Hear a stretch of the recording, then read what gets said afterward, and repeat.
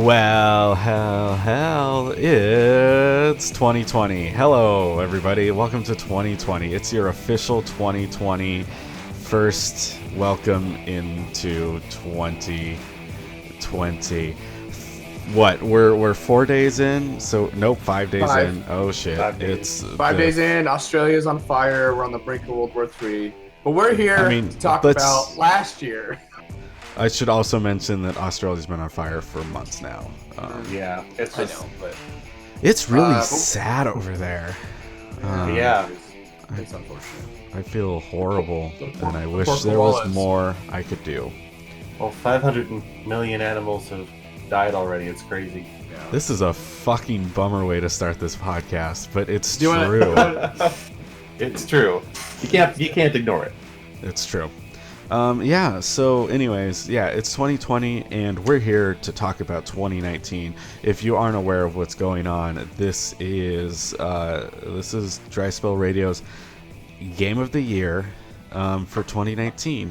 We usually wait later than most people do to do this, but I think it's important to have the full year, and also it works better for our schedules. So, basically how this is going to work is the three of us, I'm Matt, there's Austin. What's up? And then there's Jason. Hello. Yeah, basically how this is going to work is we have compiled a list of every video game we played that came out in 2019. Now, this is a weird subject, especially now. It gets harder and harder every year because games as a service is much more of a thing, than it was just a couple of years ago. So, for example, Destiny 2 had a huge expansion this year that brought a lot of people back to it. We generally do not take those things into consideration because that's a game that came out a couple of years ago. And so we don't talk about it, or it's not up for the official award that we do. Now, however, for example, Resident Evil 2 had a remake that came out this year. And that one's kind of borderline on this because that was like a full remake. Like that wasn't just a remaster. I think that's why we have it on the list is because it was literally a brand new game. It added things from that weren't in the original and stuff like that. I guess that's what's starting the list off here. That was like the first big release of the year of 2019. Right. So I think for example that one can be in contention. But like I said, Destiny 2, any big expansions, stuff like that, we usually leave out unless we feel like adding it because the rules don't matter. They're all made up, and the points do not matter. The points don't matter. Great. Apparently, the fireplace video that I have running over here also has ads. That just makes it even better, man. So, the way this works for us is we go through the list of every game we played. If we feel like we want to say a piece about it or something, we can. And then if we feel like that should be in contention, that gets moved into round 2. Okay. Or is it? Are we in round 1? And yes, round 1 is us explaining all the games. Round 2 is the games that we thought were special enough to get be on a down Game of Year list. Right. It'll go to round 2. And then round 3 is whittling that down to a top 10, and then ordering that list. And so, this has seemed to work in the past, so let's see if it works again. All right. Let's jump right into it because at least this we're not could going to take do every a single while. game release like we did a couple years ago. That took way too long. Yeah. So yeah, So we first streamlined it for you guys, so you and don't have for to listen to us us, for 5 hours. mostly us. Mostly us. I love the fact that my webcam, literally minutes into this, is already gone. Okay, let's start with the Resident Evil 2 remake. The only person that has played this is Jason. All Jason, right. And, we're losing you. All right. Well, Matt works out his technical difficulties. I'll kind of talk my piece about. So, Resident Evil 2, the remake. I really enjoyed this. It was not just a copy from the original PlayStation release, which I played when I was a kid. They actually added new stuff. When you got into the game, they developed the story a little bit more. It wasn't just zombies. Oh no, let's survive. There was a little bit more to it. So I kind of appreciated that. As far as the tension they added, the entire way you're going through this game, you have Mr. X and you can hear him, and you don't know if he's in the room right next to you. You don't know if he's across the mansion from you. So that Mr. kind of X adds gonna give it to you. that. Exactly. The meme, the freaking mods that came out of that. Oh yeah. I think were almost better than the game itself. I won't Yeah. say that, but they were I mean, fantastic. Honestly, no, I'm just kidding. But honestly, one of the worst ones I saw, but also one of the best, was the mod for Mr. Sex when he comes out in just like a thong. It's terrifying. Not terrifying. It is what it is. I will Yeah, say I mean- this game got me enough where I remember I'm there was actually super bummed I did not play this one. Yeah. And I'm mad at myself I didn't buy it in this last winter sale for Steam because it was like $20. There's no reason I Right. shouldn't have bought it. But I feel like at that point, this last month of like December, I was trying to play through so many games right, that it just kind of fell down. I should have done it earlier in the year, but right, and it is a great game. Like when it comes right down to it, I feel that for me personally, I would put this in my own top 10, but Mhm. I feel like it doesn't revolutionize the survival horror industry, so it's not like outstanding game. It just is a really well done horror game. So I really like. In your opinion, should it be moved up to be considered for our top 10 though? I think it deserves Is it- conversation at the very least. So let's move it up. I'm yeah, I'm I comfortable won't. with that. Yeah, I won't. I know argue that game was good. I knew people really enjoyed it. It looks fantastic. So Right. and they did a lot of things right. Like obviously the sounds of the footprints of Mr. X just walking around, you don't know where he is. Like that. Right. That is a terrifying just thing going on constantly. So Right. I'm cool with that moving up. All right. Yeah, Yeah. I mean, as now much I'm curious. conversation as that made, and what does that mean in terms of, are they going to remake Resident Evil 3? Oh, Well, that's already things- announced, yeah. actually. Shocker, it is. So, I I mean- think that's a February release. So I'll be on it this I think year. so. Yeah. I'll be on it That's this year. soon, Jesus. Yeah, once again, it's gonna be like kind of starting out the year. I mean, this front heavy, for first 4 months is gonna be fun for us. So Yeah. I need to stop looking to the future. We're looking behind us to the Yes, trash we're to the still in the dumpster fire past. that was 2019. Oh my god. So yeah, What next on the list is also a game that only Jason played, for good reason, and that's Kingdom Hearts 3. I think this deserves a separate list of most disappointing games of 2019 because Well- I was so excited and they turned it into let's go ahead and make a world, a Disney world, and throw you in it, but don't change the story at all to fit the fact that this is a video game that you're supposed to interact with. So you just see little clips from the movie and you're just like, here's Sora as well. That's what I heard. That's what I heard. Like especially on the Frozen part, they literally do the entirety of the Frozen Yeah. movie, and everyone's like, Frozen does that. "Well, why not just go watch the movie?" Were you telling us to be quiet there? No, that wasn't for you. There's Oh, Dr. okay. Disney listening over there. Oh. Frozen Uh, did that. Tangled did that, and there were quite a few. One that I appreciated, Monsters Inc. tried to do something else, but there was just too much of here's our Disney movie, now here's Sora. So I think the problem is because since the last Kingdom Hearts came out in what? Gosh, it's been 10 years. Official Kingdom Hearts. I mean, we've had so many like different 1.5, 2.7. 1.5, 2.9, 2.8, Right. all that stuff. But like since Kingdom Hearts 2 came out, there's a huge span of what Disney has done in like reviews Right. and stuff that obviously they felt like pressure to get all that stuff in there. And the biggest complaint I heard from this game is they ramped up so much Disney that Final Fantasy side just kind of did nothing. There was That is not many true. characters, and that was kind of the main thing is why the first two Kingdom Hearts were so cool, because it was in this Disney world and also this Final Fantasy world that kind of meshed together. But from what I heard, this last Kingdom Hearts just didn't have that much Final Fantasy side. You're to it. 100% right about that, but I think the thing that bothered me more was the fact that they didn't have enough to justify the fact that they spent so little on developing an actual story for this. Yeah. Like, they could have worked at it, they could have made it happen, but instead they just kind of...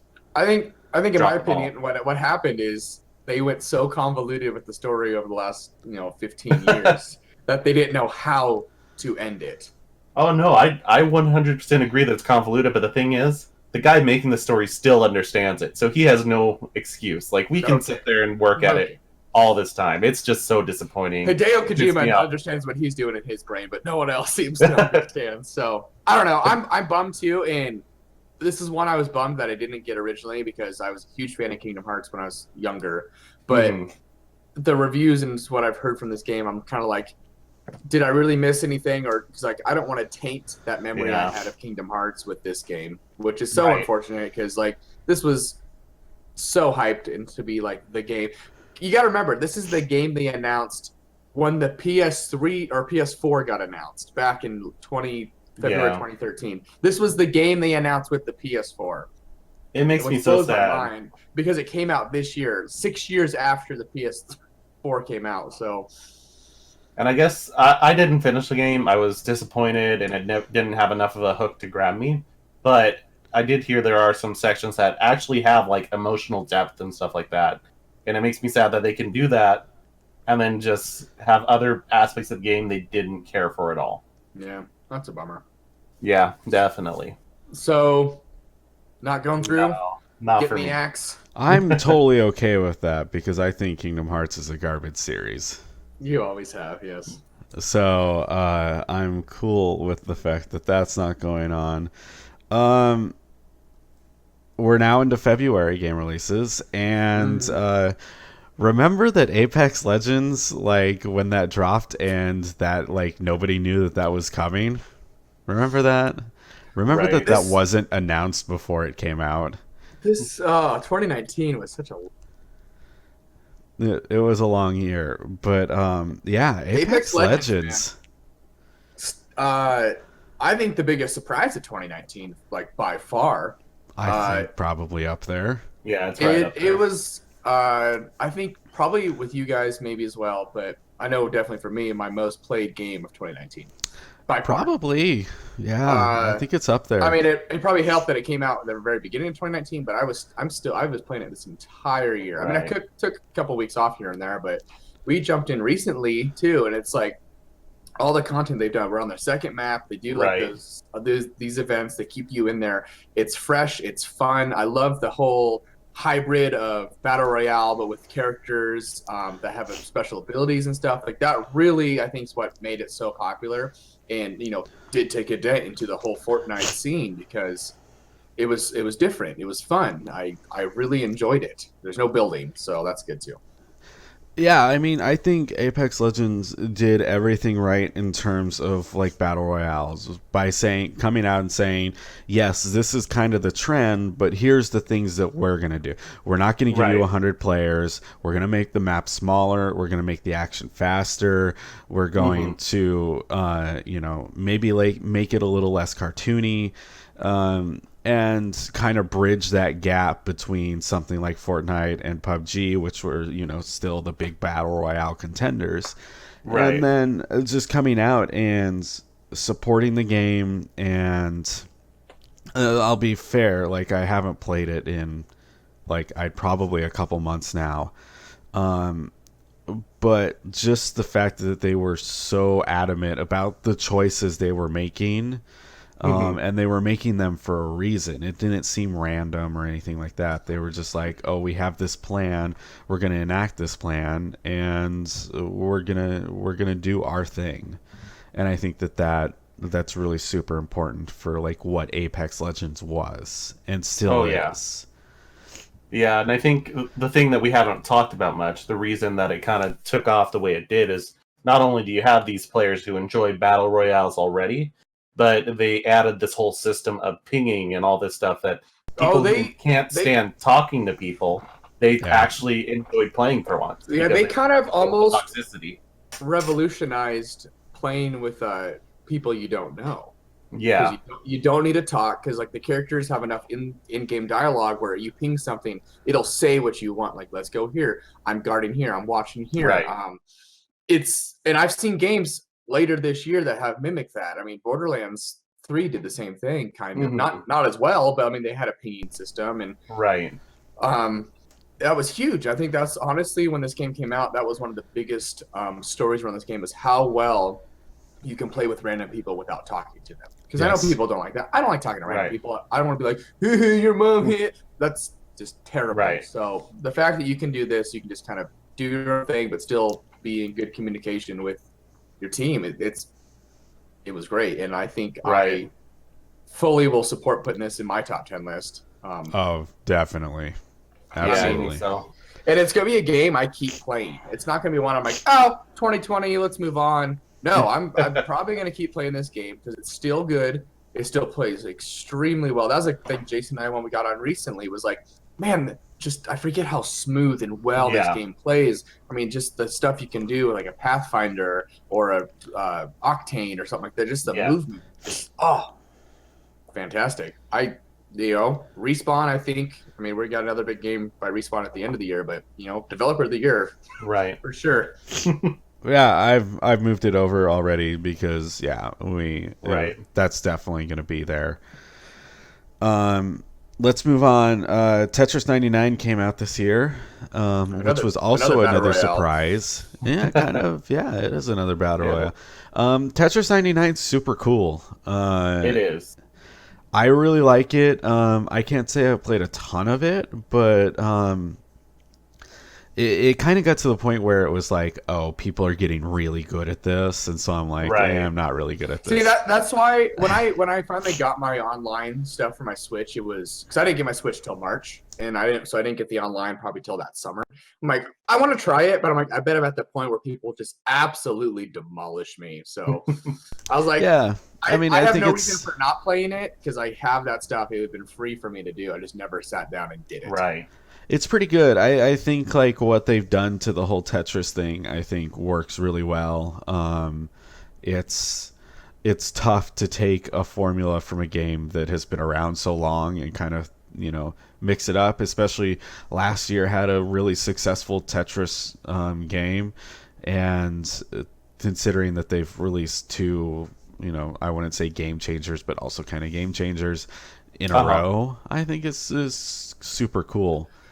Right. Well, and the fact they can keep releasing the same game, 30 years, and it's still hugely popular, like one of the best games. Obviously, Tetris is considered one of the greatest games of all time. But the fact that they can keep doing it and people are like, yeah, Tetris, man, I think it goes to show like how, especially Tetris 99, there was a lot of buzz around. Like, it was a big deal, and I'm sure people still want to play this religiously. Well, when this came out, like, it was my go-to game when I'm sitting there in bed getting ready to go to sleep, which was a problem because I enjoyed it and I would not fall asleep. Then you couldn't sleep, yeah.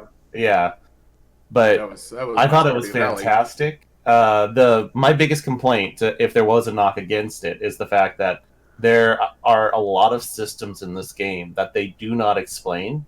There's badges and stuff like that. There are stuff where you don't want to get a Tetris, 4 lines in a row. You want to get 1 or 2 and do that repeatedly so you can get a combo going. They don't explain that, but that's how you're supposed to win. And that's the biggest knock against it I have. Otherwise, like, I love the game. I played a lot of it. I think my best was like 2nd place though. So yeah, there are crazy people. So do we want to see this move forward? I think there's an argument to be made for it, but I don't know about if we want to move it forward or not. I'll leave that up to you guys. I mean, that's you guys. I didn't play it, so We can I'm at least leave that to you guys. we can Move take it forward and over. then to discuss it later. Yeah. Will it make it past the next round? Maybe We'll not. see. We don't know. All right, Yeah, Matt, we'll take it see. away. So yeah, and then Crackdown 3 came out, and I don't know, Crackdown 3 was fine. It was fun for what it was. I don't think it was a great game. I don't think it was revolutionary. I don't think it did anything that was super special. But the orbs, man, you gotta Yeah. get the orbs. And that was the thing. Like, it did that whole system just fine. You're running around, you're collecting orbs, you're like a superhuman god. You like jump down and like destroy just waves of people and stuff like that. I thought it was fine. I just didn't think it was, special. I didn't think it was that good. But something to be said that, they finally released it and it was okay. Well, that is the biggest thing. It's like all the Right. problems this game had, and like leading up to release, it was like, is this game ever actually going to come out?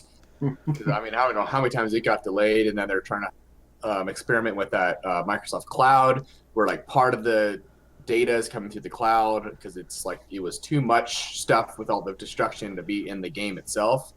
Which that's probably a thing to juggle, because like what happens if the cloud goes down, your game's unplayable and stuff like that. So yeah, I mean, kudos to Microsoft for actually finally getting this game out into a playable fashion where I mean, I didn't hear a lot of major like performance issues for this game. I just think the only complaints I heard was just there wasn't much to the game.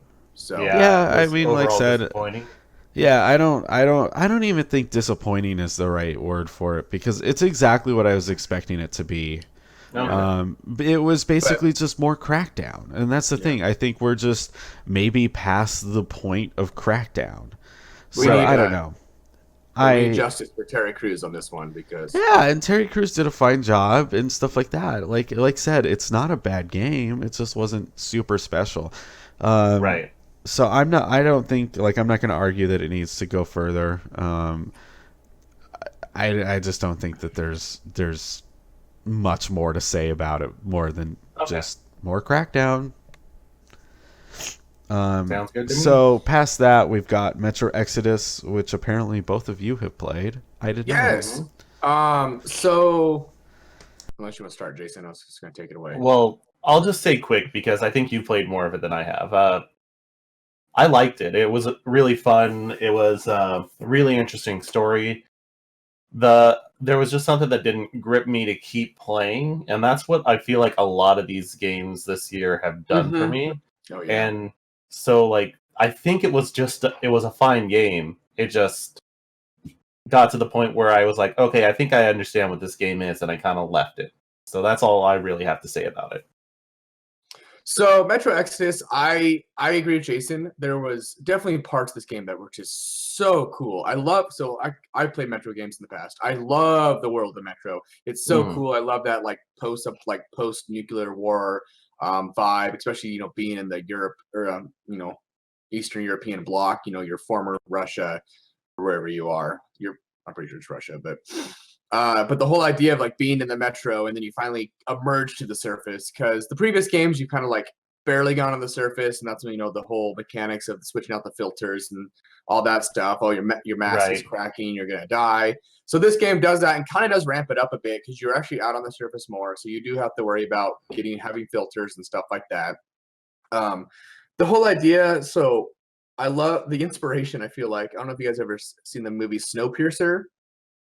It's on Netflix for a time, but it's like the whole point is like the last bastion of society is on this train that just keeps going around, and that's kind of the vibe I got from this, because a lot of this game is you on a train moving around, like trying to survive, because kind of early on the plot points, like you're like, oh, we got to fight the bad guys, and then you realize like, wait, maybe we're the bad guys, kind of thing. So it's kind of interesting. It makes you think. The gameplay is super fun. I actually do really like this style of gameplay. It reminds me of, like a Dishonored or something like that, where you kind of can, you don't have a full open world. That's like the one thing they did say is like, oh, this game's open world. Like, to a point, it's like open zones. So like you have an area and you can explore that area, but then you move on.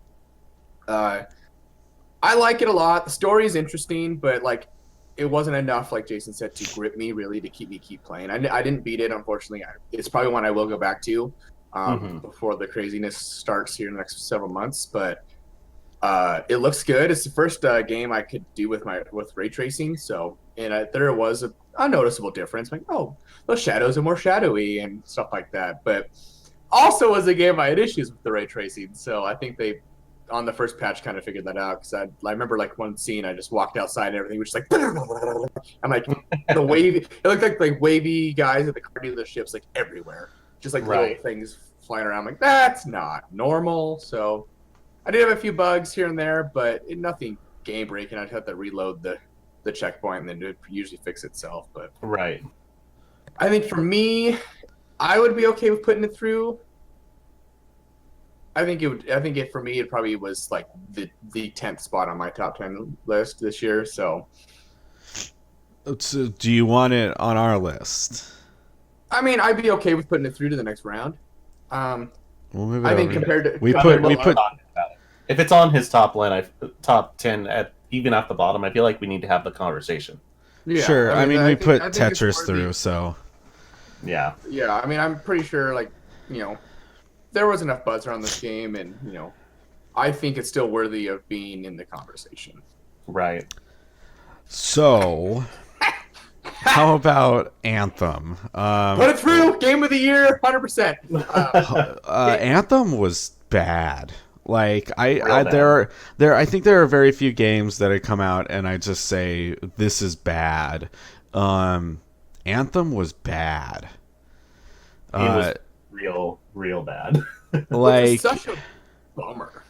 Yeah, they had some super promising ideas and stuff going on that they just failed to capitalize on. Yeah. Okay. The one things I want to start with that were good. The game looks great. I'll say that. Like being in that universe, just the open world, like the foliage and all that stuff, it looked good.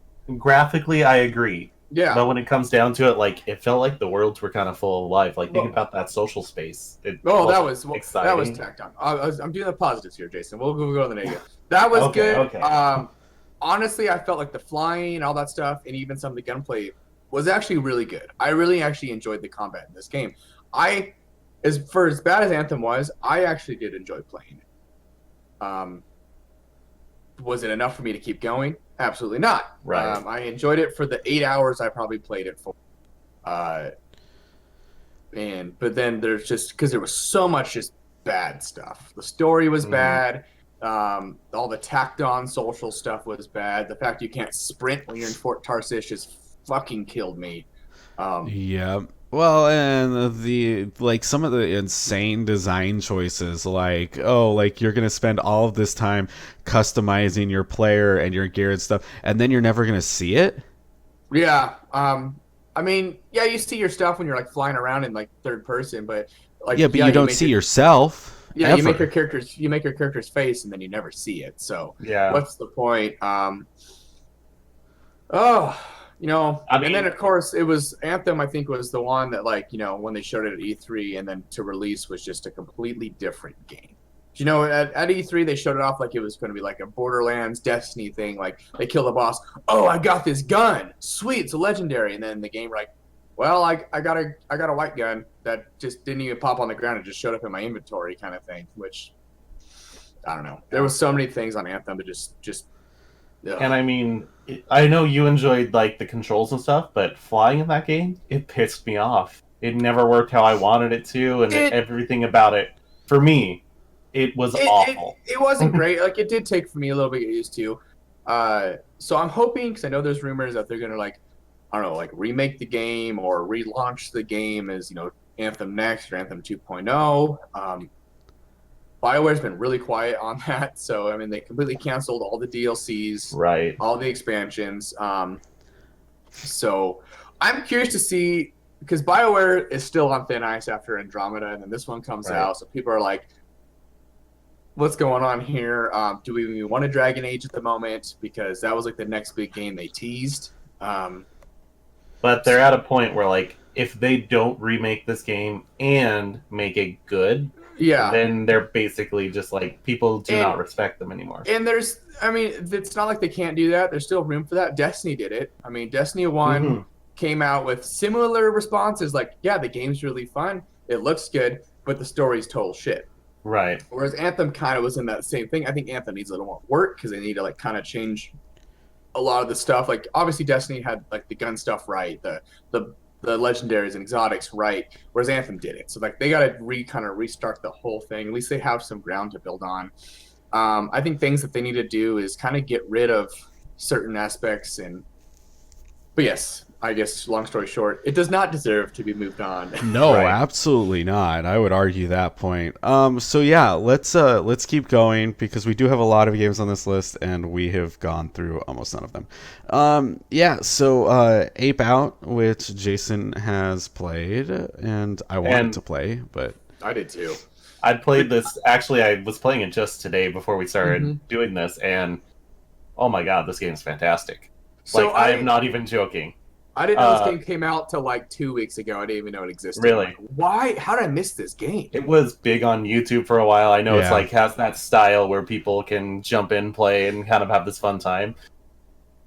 The gameplay feels great. Like when it comes down to it, you're running through, you're throwing people at other people to block them from shooting you. All this stuff. One of the things that really blew my mind though is the soundtrack. The That's what I entire heard. time you're playing, it's this procedurally generated drummer. Like you throw someone at another person, it has a cymbal hit at the same time and all that stuff, and it is cool, man. I love the tech behind that, and that underscoring what you're doing in the game. It's really exciting. It keeps changing things as we're going. Hi, Athena, and man, I love this game so far. And as soon as we're done, I'm probably gonna sit down and play a little bit more. Yeah, I mean, I can't believe I did not hear about this game Right. until I actually didn't hear about it until I was listening to Giant Bomb's Game of the Year deliberations, and it's like they're talking about it. I'm like, how did I miss this game? It's like Hotline Miami, but you're an ape. Like, come Yeah, on, this is basically. Right. great. And, So I'm really mad. at Personally, myself for I have knowing not this. played. Personally, I have not played much, and yet it's still, I think, on my top 10 list. So From what I've heard, I'm totally cool with like moving that through because Right. it sounds like such a cool, fun game. right, all right, we can move it through. The Division 2. I didn't play it, but you guys did. I kind of lost my Yeah, steam don't- going into it. You Don't did. all talk at once. Yeah. It's a So- good game, so I'm gonna let Austin. I'm with Jason Talk on it. that. It's a good game. It wasn't a great game. Like, don't get me wrong. I had a lot of fun with it, especially when you are playing with other people. And I did like in this one more than the first one how you could really like build your character to get like these stats that you're looking for. But the problem is it didn't do enough difference between the first one to this one. It's almost just like a copy and paste with maybe a little facelift kind of because Yeah, I had just as much fun playing the first one as I did this one. And yeah, and that's good I mean- fun. Like, it is good fun. No, I mean, I love the whole like world the Division has like done. You know, exploring New York and exploring DC is super cool because like it's pretty true to life, as they say. And the missions, like when you kind of roam around, it's like okay, but like the missions when you actually get into the main story missions are really good. Like you get into like the Air and Space Museum, like yeah, that's fucking sweet. The combat, the AI is way smarter than they were in the first one. I'll give them that. Like they've really, really worked on that because, I mean, they'll flank you, they'll do stuff like that. They'll throw stun grenades, get you all stunned, and move around you. Like it by yourself, the combat can be really challenging. So like it actually really lends itself to like having another person at least to be with you. And especially with all the gadgets you can do, you really can like Mhm. kind of set up a choke point. Like one person with the flying turret, which I always did, then someone had to throw a throwable turret, and you can kind of create these choke points and funnels to get the enemies through. And it's a lot of I really did enjoy this game. I know everyone kind of fell off of it, and there's like one thing I wanted to do was the raid. I never had a chance to because we never could get 6 people to play it. right, I don't know. But then I haven't touched it since the summer probably. hmm 'Cause I played a lot of it with Jesse, and I know we kind of maxed it out. I beat all the missions. I got the world tier 5 or whatever it was called. And that was Right. actually another cool thing is like you go through this whole game, first 30 levels or whatever it is, fighting these same factions, the hyenas, and I can't remember all of them right now.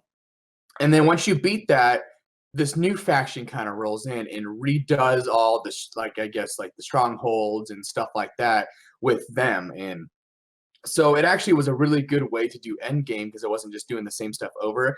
It kind of was, but then it changed it enough to like have harder enemies who have like Metal Gear style like robots and stuff that can shoot you. And it was interesting and it was kind of cool. And I actually really appreciated how it could keep the game going. And then like the different world tiers would unlock, and then that's how you get stuff unlocked. And I don't know, I did enjoy it on that part. So.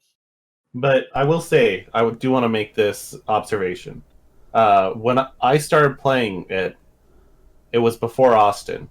And Austin started playing about the time I was starting to get out of it. So I feel like we had the same life cycle. And so I think that's kind of an issue with the game. It wasn't a long life cycle for us. We just offset it, you know? Yeah, which is kind of a bummer because I did pick it up a little later than you guys. And I don't know why. I don't know what I was doing.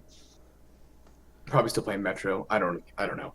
So I'm kind of bummed about that. But you know, we did have that one time when they kind of released some new missions, and me, you, and the two Jessies got on and did those, and I had a ton of fun doing that. So I kind of, and I know there's stuff coming out for it. I don't know if it already has come out. To know they were teasing going back to New York and stuff like that, and hunting down like the main protagonist from the first game. And I kind of would definitely like, it was good enough for me to want to go back and play it again. Okay. So, I'm cool with moving it through. I mean, we can. You know, we just got to be careful not to add too much. Yeah, it's just the first round, so right. I don't know. Okay. There's stuff coming down that I don't think's gonna make it, so we'll be okay. You mean like Sekiro: Shadows Die Twice? That game is total bullshit. I hate it. It sucks, but I also love it. So it is right up there, top 3, maybe top 1 for me. I cannot argue against it. I think this one we know that it's going to move through, so let's just move it through. Yeah. I mean, I didn't play it because that style of game just isn't for me. Right. That like ultra hard, weird Souls-ish game. It's just not for me. But it sure made waves, didn't it? It's so good. So good. It's so good.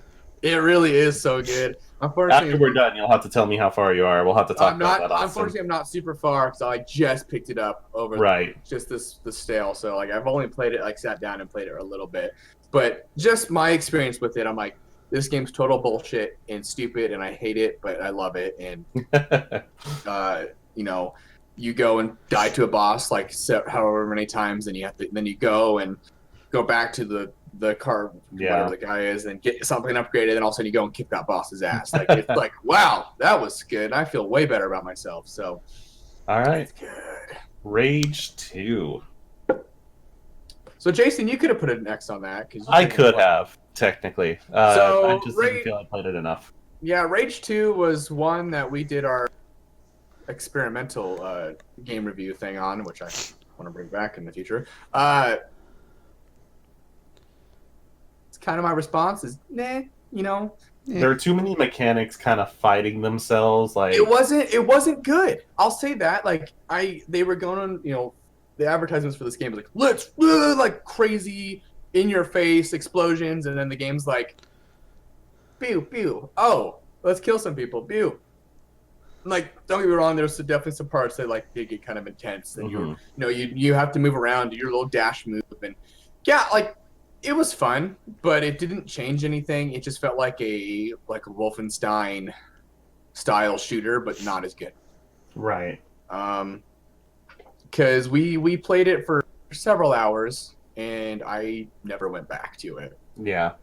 Like I wanted to, but then I was like, I don't care. I think we can leave this one behind. Yeah. It never gripped me. It never looked like anything I wanted to care about. So, Outer Wilds is the next game, and that's a hill that I will die on. Move it. I'm cool with moving it through. Yeah, we have to move this game. I'm not far, but I love it already.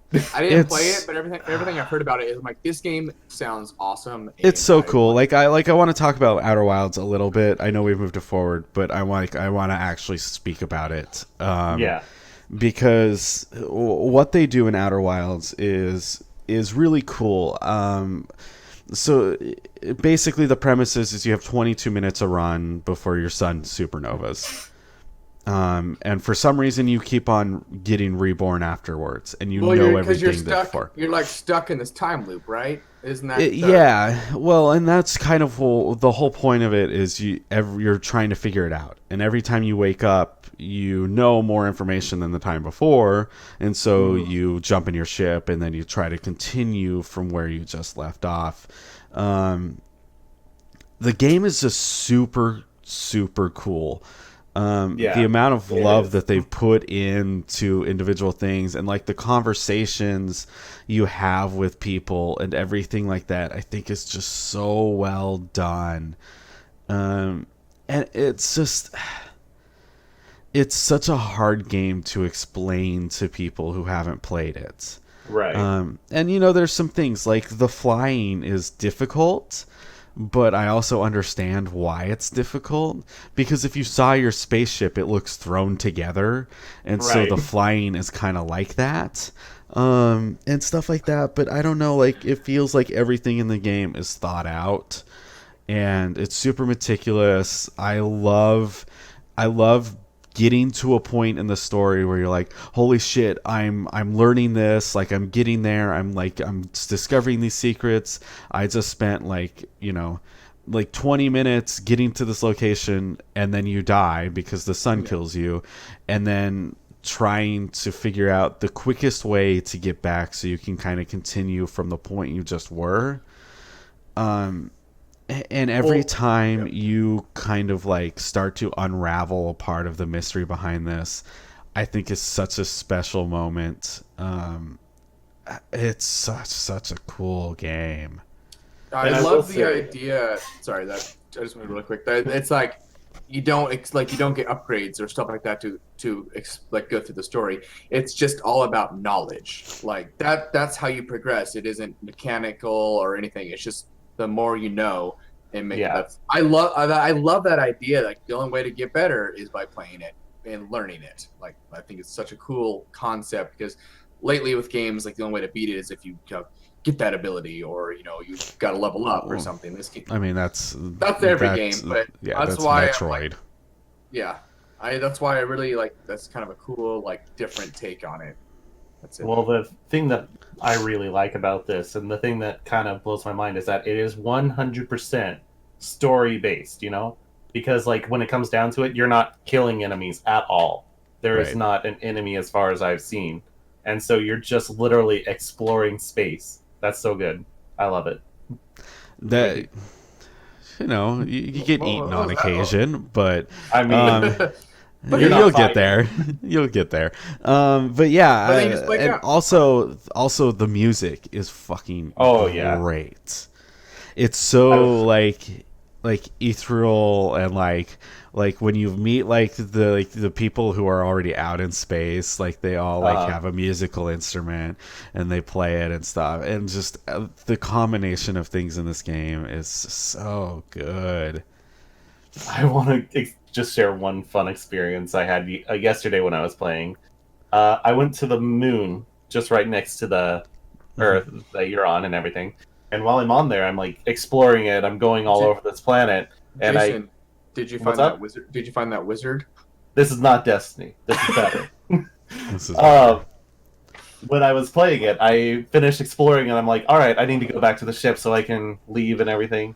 And there are these tiny little volcanic moons next to it.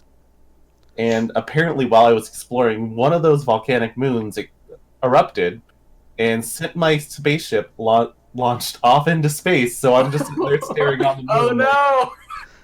Well, I guess I'm jumping into this black hole. Yeah, definitely. Yep, that has happened because like the moon is like collapsing as well. Is that the whole thing? Is like all the suns are supernovaing, and that's why everything's gonna die. Isn't that like the whole? Well, plot? so this at least your sun is supernova, and Yeah. like the black hole has been there for ever, because you can jump in it and like you get warped to like the opposite end of the map where there's a white hole. And so yeah, no, I've had that same experience where you're like you go back to your ship and it's gone, or like you're like it shows where your ship is and how far away Right. it is, and all of a sudden it'll go from like 100 meters to like 1.5 kilometers, and you're like, what the fuck just happened? Yeah, exactly. That's exactly what it was. I saw 4.4 kilometers. I was like, what? where's my ship? And so you just like and like those moments where you're like, I'm fucked, I don't know what to do, like basically I'm at the point where I have to kill myself or find something cool, and like those moments lead to super cool things. Like when you fall into the white hole or you come out the white hole, you like end up at this warp station, and it's like all of these like ancient controls and stuff, and you're trying to figure out how to use it. And so I'm sitting there and I'm like, I know the sun's about to go off, but I want to figure out how to use this before it happens. And I think like one of my runs, like I finally got it to work, and it warped me to another location, and then like right then the sun went off. Right. And it's super cool, like watching all of it happen, because like the sun will like grow, and so it'll eat different parts of like the universe you're in. And so like there's certain missions and stuff that you have to like book it right as you start, or the sun is going to like engulf that area. And so like I don't know, the timing and everything about it, I think like the game is just so cool. I just want to play Outer Wilds now. Let's move on, because we talked a bunch about that. So Cadence of Hyrule, aka Necrodancer, Zelda. I really enjoy it. They capture the spirit of Zelda, and I didn't play the Crypt of the Necrodancer, but which is a fantastic game. I've heard that, and I really like it. I don't think it personally jumps into my top 10, but I think it's a great game. So I don't think we necessarily need to put it through to the next round. I just put it there because it's a great game. I just want to highlight the fact that Nintendo actually let another developer use one of its IPs. Properties. Like that to me, like blew my mind. I think honestly, I think that's bigger than the game itself. Is like the fact that Nintendo let someone else do something with their character. Blows my mind. Yeah. Like, you know, like let's see more of that. I honestly, I'm totally cool with like having other developers like, hey, can we use Mario for something, or hey, can we use Samus for something? Like there's total room for that. Yeah, Nintendo's been starting to do that. I mean, you have Mario versus the Rabbids, whatever that was, the XCOM style game. So it's awesome to see them going for this. So. But I like this really cool. Especially a game that's as cool as Crypt of the Necrodancer. Yeah. So yeah, I mean, we don't have to move forward. It's definitely worth noting. It's one of the games. It's high on the list of games that I'm upset that I didn't play this past year, but that I really still want to. Right. But knowing myself, I never will. And then speaking of Nintendo, Super Mario Maker 2. Jason? It was a lot of fun. I don't get into the level making very often. Not really my thing. I heard it had a good story mode though, which it was pretty good. Yeah, surprised about. But this game lives and dies with what levels people create. So it's a great game. Like it's a great piece of work for people to work with and just sit down and play. I still watch people stream Super Mario Maker 2 because it's a lot of fun. For me, I've never been super interested because I feel like I'm not creative enough to come up with like a cool level like that. I'd rather just watch someone else do it, and I'd rather watch Donkey try to run it because that's hilarious. But I don't know. I heard it's a lot of fun, and like I'm tempted to get it still. Like who knows? Maybe I'll be like the best Mario Maker creator in the world. Probably not. But you don't need to even make it. Like if you get the game, you can just play all the That's true. billions of levels there are. So billions and Really cool. billions and billions. No, Super Mario Maker Wii U 2. Okay, got it. I think it's one of those games that came out in the Wii U and then not enough people experienced it, so it's on the Switch now. And yeah, which Super Mario people are like, really it was good. better on the Wii U. So Yeah, well, It was just the controls mainly. what if Yeah. we had this idea where it could be on the TV, but then you had this controller that was in front of you, and you could draw on it. that's the and- Switch 2 like or the Switch U, The Switch U. which Well, is Switch U just too. wireless transmits onto the TV, so you can work with your stylus as well. yeah. We'll Switch U 2. Do you want to All see right, this Matt. move forward, Jason? I don't think it needs to move forward. It's a great game, but it's just not enough different for me to say it's a game of the year contender sort of thing. Okay, that's fine. Next up is Sea of Solitude. I'm the only one who played it. This isn't going to go anywhere. It didn't capture me like I was hoping it would. I made it like Is this the one with like which this. one? The girl Was on a this boat. one? Yes. Okay, So it's this the one one was the where- one that EA. It's one of their indies. That's right. Because there was like another one that came out that I'm getting confused with, and I can't even think of what it is now. Yeah, this one. So basically, you're alone. You're a girl. You like have Wasn't a boat. it like the You like go through and you're like fighting monsters, or you're like trying to survive like monsters. And the general premise is like your loneliness is the monsters and stuff like that. it was like a take on depression, right? That's kind of what it was going. Yeah, kind of, yes. And so I don't know, like I thought it was gonna grip me because of those things, and it just never really did. There were some emotional moments when I was playing it that I was like, this is good, but I wish it was more of that. I think it was the gameplay loop that I wasn't a huge fan of. The like having to get off your boat, go like kind of like clear an area of the loneliness or whatever, and then like having to get back on the boat and go a little farther. There was stuff to be said about it. I never finished it though because like it just didn't grasp me that much. I made it the most of the way through, and then I was just kind of like, yeah, I don't know. I don't really want to finish this. I think maybe I'll finish it at some point. I don't know. It just didn't get me like I was hoping it would. So Right. yeah, I don't think this moves forward. Okay. Just like Dr. Mario World also does not move forward. This is a mobile game, but I included it because Nintendo has been experimenting with mobile games, and they've all been bad. Think about Super Mario Run was bad. Animal Crossing Pocket Camps was bad. And Dr. Mario World is also just bad. It just wasn't fun to play. Right. I don't know what it was. If it was a matter of like the puzzles or whatever, it just wasn't that good. I downloaded it and have never opened it. Yeah, you can keep it that way. I still have it installed, and I get notifications like every now and then. They're like, "Oh, we've added new levels," and I'm like, "I don't fucking care." But I don't know. It's just not that good. So, so let's move on. We've got Wolfenstein Youngblood, and Jason, take it away. I was disappointed. I played through all but which one is it?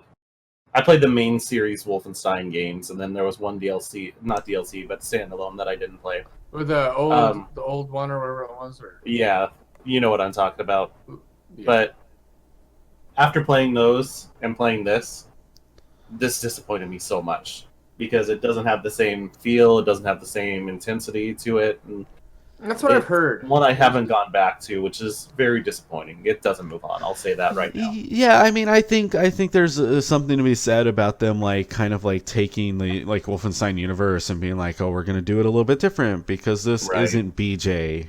But yeah, like it definitely seemed disappointing, which is why I didn't hop on it. Right. beyond that, the graphical and bugs and all that stuff, like I think were disappointing in what plagued the game, Right. which is Absolutely. why I didn't jump on it. Which is so unfortunate because the New Order and New Colossus were just fantastic games. Like Yeah. so much fun. The stories were great. Yeah. And And I'm just- sure the next one in that series is gonna be really good too. Right. So like the fact that this came out, everyone's like, oh, co-op, because this game could be like really good with co-op. Because there's times in those other ones that like, yeah, another person could have helped you out here. Because can get pretty difficult depending on the or what you're playing it as. But yeah, from what I heard, it was like this game was every mission was the exact same. You go one way, I'll go the other, and we'll meet up in the middle, kind of Well, thing. it's not even that. It's just how they set things up. Like, ignoring mission design, they tried to do this whole open world sort of thing, and it fell flat. Like, leveled enemies that don't really matter. That's all why I this heard like stuff, they did it's just- that, and it's like that's just random. It was you know. weird.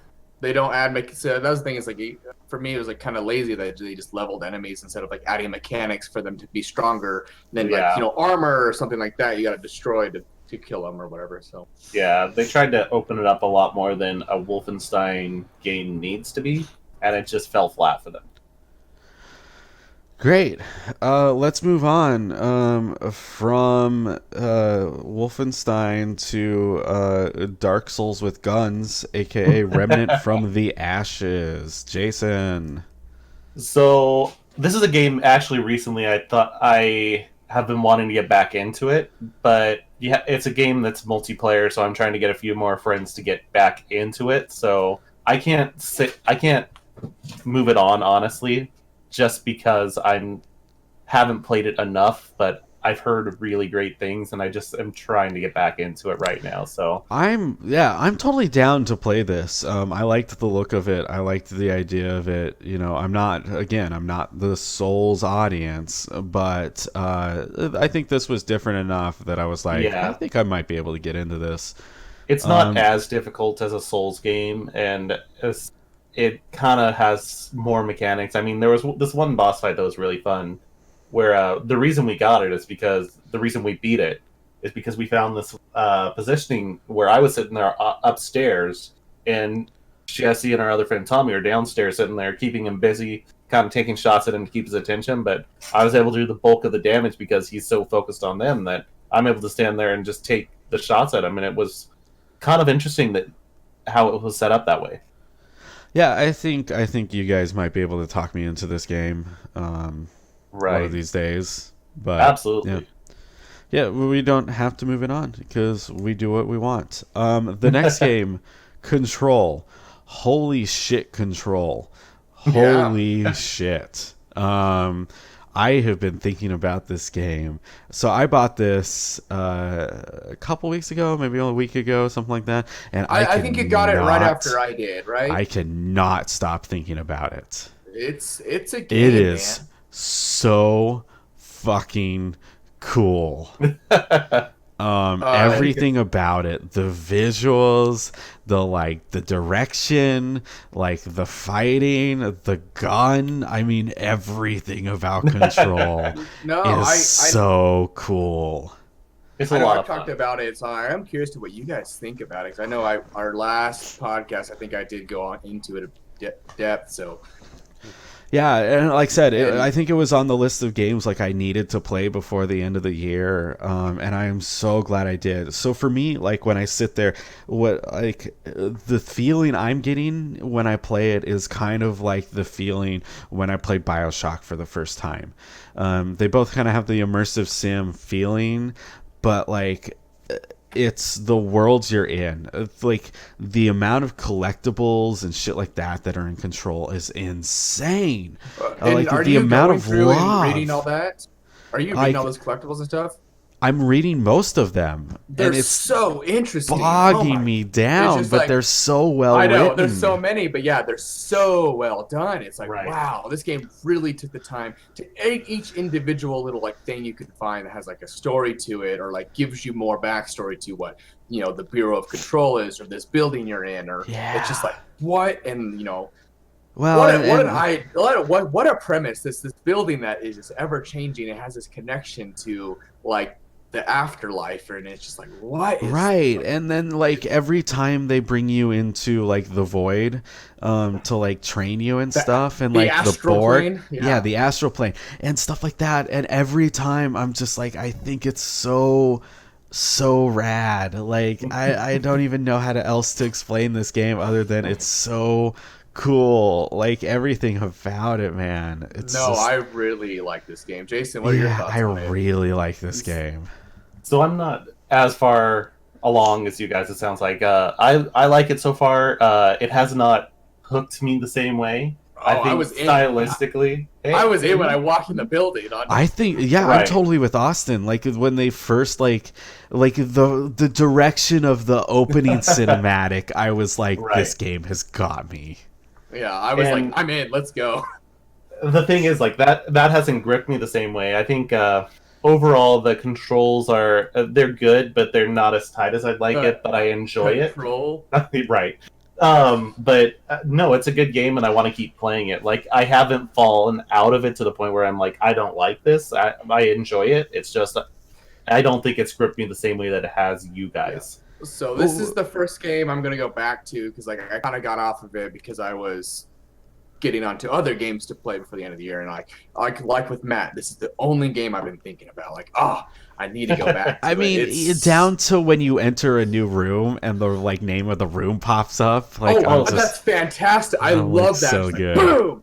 And stylistically, it's probably the best style of any game I've played this year. I'll say that. I love the idea of like, and then of course like whatever the hiss or whatever your enemy that you're fighting is like constantly in the background just whispering and stuff like that. And then you have your like inner thing, your like inner monologue talking to this other like part of you that's like it's just so good. Yeah, I am so excited to see where this game goes. I said, I can't stop thinking about it. Jason, I'm curious, what are you playing it on? I'm playing on my PC right now. Are you playing on mouse and keyboard? Yes, I am. Okay, because I'm playing it on a controller. Okay. And I think it feels great on controller. See, I was debating on that, and I just did mouse and keyboard, but I think I might do controller because like Sekiro and coming up later, Star Wars, I was playing on controller, and I think that's definitely the better way to go. So I'm curious because like mouse and keyboard's fine for this game, because I feel like it's not a lot of like precision shooting and stuff like that, because it's a lot of just running around shooting, picking up items, throwing them, and like it's just a lot of fun, and you can do all that on the keyboard just fine. So I don't know, but I guess controller's probably pretty good. Yeah, I think it maps the controller really well. I mean, I'm always like going for controller if I can because it feels better. I can relax more. That's true. But that definitely gets moved through because this game. Yeah, I already moved it through. So I know. It's a hell of a game. Let's move on. Gears 5. I did play it. I didn't mark it down, but I did play a little bit. Damn it, Jason. I'm sorry. I'll mark it for you. Gears 5, and I know because we played it together. Yeah. I'll be honest, I didn't play enough of Gears 5 to really critique it well, because That's kind of what I was thinking too. Yeah, I played mostly Gears 4, and I actually really enjoyed Gears 4. I finished Gears 4 this year instead of finishing Gears 5, but I think at some point it's going to be like Gears 4. I'm going to go back like 2 years from now and finish it when they release the new Gears game, and I want to get caught up. But yeah, I mean, I need to play it single player. I don't think multiplayer was doing it justice. You didn't like playing as a robot? And that's the thing. I think like the third spot in the game, like it may be interesting for a little bit, but after a while it just got old. So that part kind of annoyed me just because you're sitting there like there's 7 characters, all unique characters, and it's like you get a robot. Yeah. What? Yeah, I don't know. I'm a Gears head. I like those games, but I don't think it needs to move through this year. Yeah, we haven't played it enough to really. Do you Gears anything. Funko Pop, Matt? Just kidding. No, fuck that. Funko Pops are gross. All right. I've never see the problem is I never grew up playing Gears of War because I never had an Xbox, and I mean don't get me wrong, I've played Gears of War in the past. I just never owned it. Like friends would come over and we'd play it, but I have no reason not to play it. I mean, it's free on Game Pass, so I mean, maybe I'll jump in and we can all, how many player multiplayer is it? Like 4? It's realistically 2. Realistically 2 co-op. If it is up to 4 co-op, that'd be super fun because I'd be down to that. Yeah, it is 3 co-op, but the third person, like said, you like take on this robot role, and you just kind of like fly around, and you can like point out enemies, or you can like grab weapons and bring them back to your other people and stuff like that. It's fine for a little when bit. You have a little sibling who won't shut up. So it's the Necromancer class from the Borderlands 2. Granted, there was a point in there that like we couldn't pass the thing because I wasn't doing well enough on the robot. We almost got in a fight because it took like a half an hour. Anyways, let's move on. Speaking of Borderlands, and speaking of games you can play 4 people with. Borderlands 3. I didn't play this. Take it away. You want to take it first, Jason, or? I'll give my 2 cents. It's all right. It's not something that I sat there like. It wasn't a great experience like Borderlands 2 was. And if you love Borderlands 2, if you're sitting there playing Borderlands 2 to this day, you'll love Borderlands 3. But I lost interest really quickly. They didn't do enough new to interest me because they made Borderlands 2 in 2019. That's what it was. See, for me, I kind of agree with you. The hardest thing I think coming from Borderlands 2 to this one was the story. The story of Borderlands 2 was so strong. I mean, Handsome Jack is the best antagonist of any video game. I honestly will put him up there with one of the best bad guys. He's great. He's so good. He's so clever. He's so smart and just hilarious at the same time. Right. So I like, don't get me wrong. Like, I know you said like this was making Borderlands 2 in 2019, which doesn't sound like a big change, but it was because Borderlands 2 came out in 2011. Things have gotten better. Just the movement, and they implemented the climbing mechanics, and just it plays so well. If you go back to Borderlands 2 now, you're like, yeah, this is dated. It's clunky. It doesn't move as well as you'd like remember it as moving, and that's why this game, I feel like they didn't need a change what they already had because it was a really good system anyways. They just updated it to make it play smoother, stuff like that.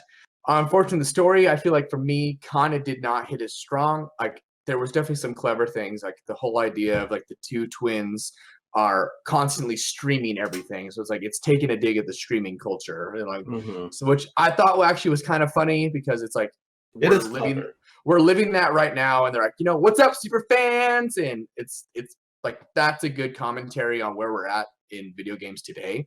And I mean that's what Borderlands always been pretty good at. It's a very good like satire look at what our world is. They definitely have those jokes in there, and I think they do a good job. I did a mission yesterday where Ice-T was the voice of some robot, and it was absolutely hysterical.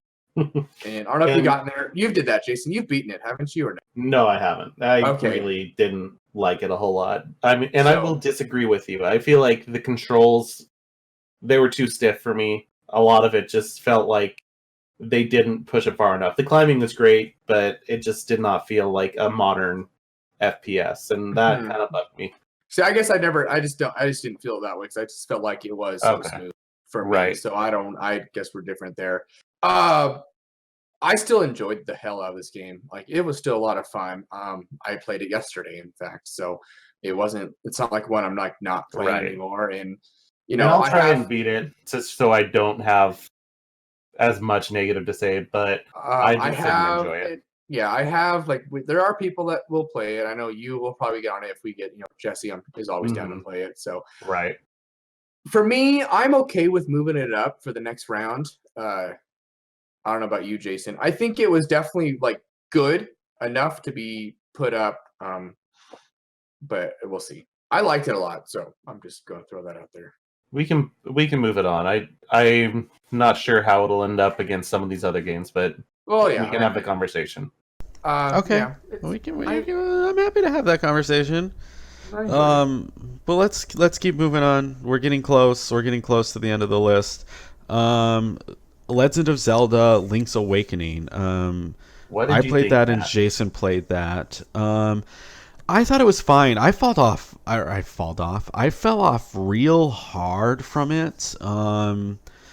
A couple weeks into playing it, and I think that was just kind of like the lack of understanding what I was doing. Yeah. Like they do kind of tell you, oh, like, hey, if you head down to the beach right now, something might happen and stuff like Right. that. But you head down to the beach and then you wander for an hour and you're like, well, what the fuck am I looking for?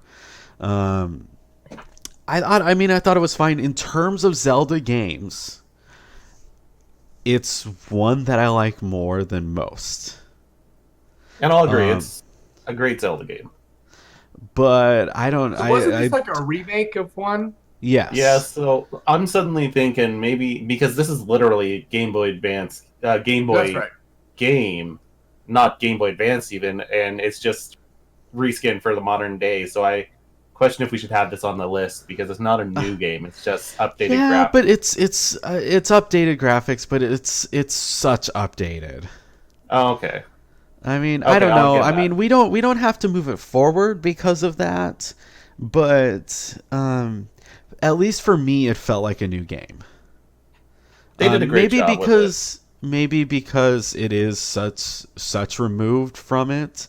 Like it's not like we remastered this from a couple like you know Right, like couple years ago or whatever. It feels like it's this black and white game is now color and has like full sound and like I right. don't know. Okay, It's I'll agree with you. I'll agree with you. yeah. And I mean, I don't know if I really want to move it forward, anyways. But yeah, I it at mean, you're least the deserves to one be wearing a on Zelda this list. sweatshirt, Well, Zelda is like my favorite franchise of all time. I've been playing since I was born, pretty much. right? Um, And so I guess the question is this good enough for you to want to move it forward?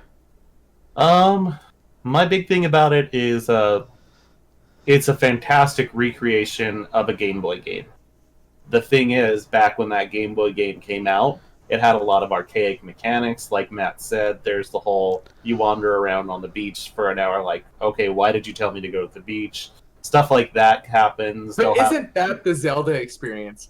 no, I no, mean, there's a way to do that that's fine because it may have been early Zelda experience, but even Yeah. like you play like the SNES, like Link to the Past or whatever. Is that the right one? yeah, Okay. And it still felt like that had more direction than this. yeah. You know where you need to go. Like, there's even like a map system where it's like you pull it up. It's like, oh, there's a pendant here. Let's go here. If you can't get in, let's go to that other pendant. It's this one. I There's no real direction I where do you like need to the be. idea of like, oh, you're on this island and like for some reason Mario is like this old Yeah, man who like they not like it's almost like ham-fisted that it's Mario and stuff. right. And Um, but they have a lot more fun with this. They don't treat it as seriously as other Zelda games, and I do appreciate that. That's a lot of fun. I But I I don't think it needs to move on. yeah, I don't think it needs to. It's not a terrible game. It's just not, it's not necessarily what I'm going for. Right. Speaking of which, the next game is the Entitled Goose Game. The memes and stuff were funny. I just didn't think the game was that good. Peace Yeah. was never an option. Yeah, I mean, like, I think like the memes and like the fandom and stuff to come out of it, I thought was kind of adorable, but I was disappointed in what the game actually was. Right. I don't know what I was expecting But it wasn't per that. se, but but it was more than what I got. I don't want to move this forward. Okay. All right, that's all you're gonna say about I think it gets a weird honorable mention on my personal list just because of what it is, but Right. nah, I don't think it's a top tenner. Code Vein, Jason. This is a game that I enjoy. It's a lot of fun. It's Dark Souls anime, pretty much. I haven't gotten all the way through it. I still need to put some more time in before I'm willing to make an argument that this deserves to be on the Dry Spell Radio's top 10 of the year. So I'm not going to say we need to move it on. It's just a game that I enjoy for what I've played so far. Yeah, too bad we don't have, my brain's Jesse in here, because I know he's played quite a bit of it, so... Oh, no, he's at the same spot that I'm at. Oh, really? Okay, Yeah, I've seen him on it quite a bit. I guess I just don't see when you're playing games, 'cause Right. I'm probably sleeping. Mr. Night Schedule. Just kidding. I heard you, Jason. It was also one of those games I looked at, I'm like, it's anime, and it always kind of weirds me out. I don't know. Well, that's just your taste, so you know. Yeah, I shut mean, up. I'm not an No, anime fan, but Because I'm kind of with Matt, about the Soulsy style games. Yeah, I think they're fun, but they're not ones I will go out of my way. Obviously I got Sekiro because it's a little different. But Dark Souls, I was eh. And this game was more towards in that Dark Souls vein. And I was just kind of you're a vampire. It's okay. Oh, yeah. Okay, so we don't have to move forward.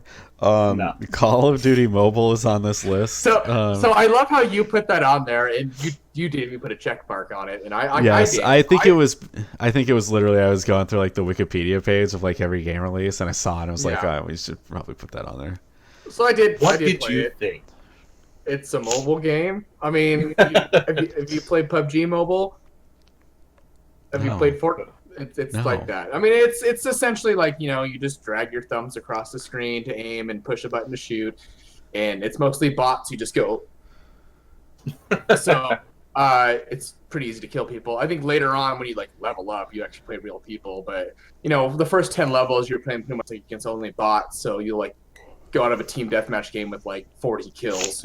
Well, that was easy. And then of course when you hit a certain level, it's try our battle royale, and then it's all bots. So you're pretty much going to win the first one, which I did. But yeah, it's it's a mobile game that All right. probably didn't really need to exist, but here we are. China wanted more money, so Yeah. moving on. Yeah, moving on. You know what? I totally missed a game. You were speaking about this, and I missed a game, and I don't know how I missed this. Because I missed an entire genre. Because this was the year of auto chess. Oh, I forgot about that. And I don't know how I missed this whole thing. So I'm going to actually tag this on to the end of our list, so we talk about it. Okay. And then we'll get to it here in a moment. Doraemon's Story of Seasons was a game that I played. It was fine. It's not moving forward. It's Harvest Moon with a cartoon that I never watched. I enjoyed what I played. It was cute and stuff, but again, Oh, that's right. it's It not was moving your forward. farming. You and your farming games. Yeah, I like my farming games, apparently. Who doesn't, though? It literally just made me want to play more Stardew Valley. Stardew Valley. And the new update. I haven't played it yet. Disco Elysium, a game that I want to play so bad, but never did, and Jason too. did. It is so good. The way it interacts, it is the very beginning can be kind of heavy-handed when you first do it, but if you think of Douglas Adams, the writer of Dirk Gently's and Hitchhiker's Guide to the Galaxy, it's that style of writing. It's so precise. It's so clever in how it deals with stuff. No, I heard this game was really, really good. So Um, I'm with Matt. I'm kind of wish I played it. So The thing that blows my mind is this entire game takes place on one city block. And the reason that they decided to do this is when it comes down to it, if you're on one city block, everything has to connect with everything for this to be a great game. And they do that. And oh man, I love it so much. I mean, the writing, like I've mentioned, is great. I listened to the Giant Bombcast a little bit, and they were talking about how their character ended up being a sad communist archetype.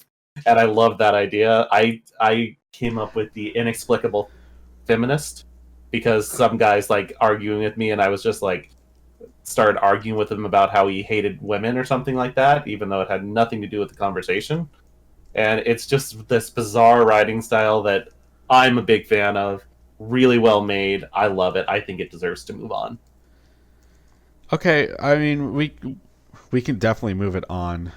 No, it's God. Everything you describe is like right up my alley, which is why I'm like sad I haven't Right. played it yet.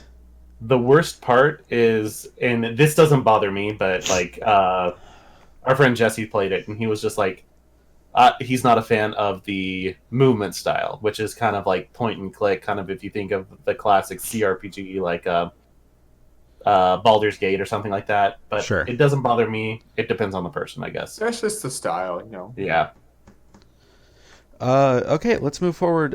Call of Duty Modern Warfare 2019. 2019. I feel like I'm the one. I mean, Matt, I don't think you've played it, so I haven't played it yet. I feel like I'm the one who's probably played this the most. Then, Mhm. Jason, did you ever beat the campaign?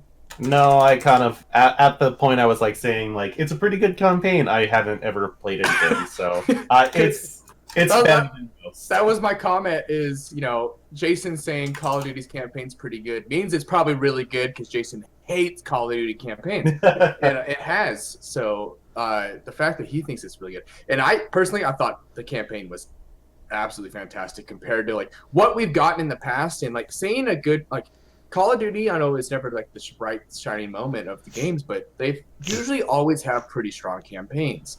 And I know Matt's one of the proponents of like he gets Call of Duty game to play the campaign, not the multiplayer, and I'm kind of with them on that. Like we've had in the past like several Call of Duties some really good campaigns that just kind of didn't get the light that I think they deserved.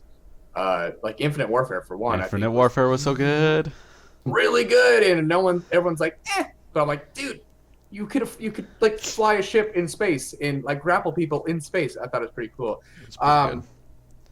So this one kind of took a step back. Obviously, with the name Modern Warfare, it's essentially a reboot, prequel of the first Modern Warfare series. So you still have Captain Price, but it's set before all the events of the first three Modern Warfares, which it's like I don't think that's spoiling anything. It's kind of like more of an origin restart of the series. I'm sure they're going to keep going forward and maybe change the events of what the Modern Warfare series did. As far as the campaign went, I thought it was super well done. So I know when it came out with the trailer stuff, like Matt's like, no way the game's going to look like that good. Those are the cutscenes of the actual game, and I'm like, yeah, that looked fantastic. And the actual gameplay looks pretty damn good as well. Like there's not much difference. I mean, there's a difference, but it played really smooth. The missions were really varied, which I really enjoyed because that was always the worst thing. And I do agree with Jason on that part about Call of Duty, where you just had to keep killing people to move up just enough to stop them from spawning, and then how that was literally every mission was like just slowly moving up. Whereas this one, it's like there's a scripted amount of enemies. There's so you don't have to just like fight waves of enemies, and there's a smart way to do it. You can try to do sneaky, or you can do your own kind of style of beating that mission, which I appreciate. And just the mission variety is super well done because like one mission you'll be totally sneaky, and like the house breach mission, which is probably people say is probably the best mission, which I agree. Like it was super intense. It was a lot of fun. I mean that's what people kind of like want from these games. But then to like all out battle missions, which are also fun too. And you can guide the airstrike or predator missile to take out a building in front of you, and like it made it like I really did enjoy the campaign on this game. So I'm surprised, Matt, you haven't gotten it because I am too, to be honest. Because I know you would like it because So the problem with it is just its release window. It came out like when I was starting to get like super absorbed into other things, and I mean, but that's you kind of always expect Call of Duty to come out at the end of the year. Oh, totally. And like it came out in the same day as another big game, which I think that's where you went on that. Yeah, it day. is. Yeah, and I think that was the big problem. So that's my take on the single player. I think it was a very solid single player. Probably it was one of the better ones done, and it's a lot of building ground for what we see next. I mean, it's the first use of the new engine that they finally used, and which was evident in like the way the game looks and all that stuff. And then going to multiplayer, am totally addicted to Call of Duty's multiplayer right now. It's like all I want to play, which I know is bad because I should have been playing these other games more. But then I keep finding myself playing the multiplayer on Call of Duty because, I mean, yeah, there's the typical like team deathmatch, domination, all that stuff. But then the gunfight mechanic, which Jason I know is like what he almost wants to play exclusively, is so well done and it's super fun. I mean, there's a couple issues with the multiplayer, like balancing and spawn issues, but the typical Call of Duty stuff. But all in all, I think the game is just incredibly solid and definitely worth playing, especially if you're a Call of Duty fan. And if not, maybe this be the one you kind of jump in at first to get to play Call of Duty just to get started. So, You want to see it move forward? yeah, I think so. I think it definitely deserves to be in there. Okay, we can do that. But let's keep moving. The Outer Worlds, which also came out on that day. That game's real good. It's a super solid RPG. Like it does what Obsidian does really well. It scratched my itch that I was needing for that style. Yeah, like I really enjoy it. I enjoy the characters. I enjoy the world. So this is I one like of the few story. games that all three of us actually played in the year. So I think we only had 3 of them, and Anthem, Control, and this one. So Right. 2 out of 3 is not bad, right? Yes. Yeah, I mean, I've spoken at length about what I feel about Outer Worlds, so I don't know how much more I can say. I will say that I've kind of I've let it take a back seat because I'm trying to finish Control. But I'm with you on that, but it's always a game you can just go back to. It's not like you're gonna forget what you were doing and stuff like that. And yeah, I love the charm and characterization of this game. I mean, like your companions always have individual like quest lines and stuff like that. So like it's really in depth. It's way more in depth than you actually like on the surface that it looks like. And that's what I really appreciate about the game. It's like, yeah, honestly, I actually have been having more fun just exploring these places and not even like going into combat. It's like I think out of my whole time I've done this game, my combat is like 5% of what I've done. Mostly it's just been me exploring like Groundbreaker or doing these your companion quests and stuff like that. So yeah, no, it's real solid. I definitely want to see this go forward. Yes. Any thoughts, Jason? It was okay. I didn't like it a whole lot. That's about all I can say. Well, see, I just love the You charm. son of a bitch! How dare you? You're fired. Get out. Just kidding. No, I mean you're each your own. Do you think it's worthy of moving up? I mean, obviously you guys are having that argument, that talk. So like, I can't really say no. It's going to be a talk we have to have in our round. It's an argument. Like it's an argument that I will have. Yeah. Like Right. How far did you end up getting into it, Jason? Oh, not far. I don't think I've gotten off the first planet. I just kind of got in, and I was like, yeah, this is Fallout, and I got off. Okay. I don't like it.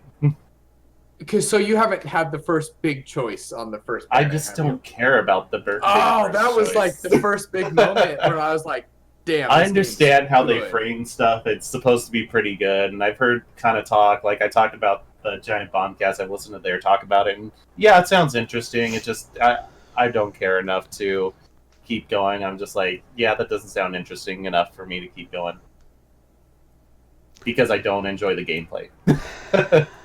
Okay, so everything you just said, despite being wrong, is exactly what I want to say about Death Stranding. I haven't played it enough to say anything about this, so go for it, Matt. Oh my god. It's so FYI, and I know I was bitching in our Slack about this, but they have recently patched it so you can increase the font size because it was painful at a certain point. But I don't know. I don't even know what to say about this game. Visually, it's fantastic. Yes, visually it's fantastic. The exciting moments are exciting too. Like when you're fighting off the BTs and stuff. Like that is an exciting moment. And the game is just so fucking bonkers that it's like there's a charm to it that I'm like, I want to like this game, but also this gameplay isn't that fun. But yet I'm putting up with that because of everything else that's happening. If nothing else is said about Death Stranding, I want to say it's amazing that Sony let this be made. Yes. Just the fact that they were just like, here's a blank check, Kojima, make it. But what's funny is like, yeah, that's a gamble, but obviously I think it paid off because I do think this game did sell like pretty well. Because like obviously this is a huge Kojima fans who are gonna buy it day one, and then there's the people who are like, yeah, this looks weird, but I'm down for it. And then there's people who are like, well, this looks stupid, but I'm still gonna play it. And then maybe find something that they like. It's one I didn't play because it just came out at that end of the year where I was playing like 4 other games. I was like, I don't think I'm gonna get to Death Stranding. Right. And first off, my life is a Strand game. I go deliver things on a daily basis, so I don't want to go do it in a video game. True. Although you don't deliver pizzas and you don't stack boxes on your back. You don't know that. I could be like, whoa, and then fall down from the person's house. His boss is just like, come on, Austin, you have a truck. I need a monster. No, I mean I'm here's the contradictory statement I'm about to make. This game is gonna be on my top 10. All right. I don't think that it's a top 10 worthy game. Okay. It's on your top 10, but you don't think it deserves to be on ours. Or something like that. I honestly don't know how to explain it. And that's the problem that I have with this game. Every time somebody asks me, hey, what are you thinking of Death Stranding? I'm like, I don't know. You like it despite the fact that it's not a top 10 game, right? I like it despite the fact that I absolutely hate it. That's the best I can critique it on, and I don't really know what to say about it. Matt, just why would you say something so controversial? That's so brave. I don't know. It's just so confusing for me. This is a confusing time, guys. It is. I wanna finish this because I want to see what it has for me. And because from what I heard, once you get after chapter 3, it does change the game quite a bit because you get a bike. You get a bike. But I heard there's a part. I think it's chapter 5 that I heard. You actually can actually start doing real combat versus just throwing poop grenades at people. So. Which people said that is super fun. So it's almost it's like a slow build to get there, and then from what I heard, the end of the game is pretty good. So I don't know. Jason. Yes. Do you want this game to move forward? No, I haven't played enough for me to make any arguments for it, so I'll say no, it doesn't need to move forward. I mean, if you want to, Matt, go for it. But I don't, is the thing. Okay. If I played more, I might make more arguments with you. That's what the contradictory statement is. I don't want it to move forward, but I don't know. Let's just move on before I reconsider my thought.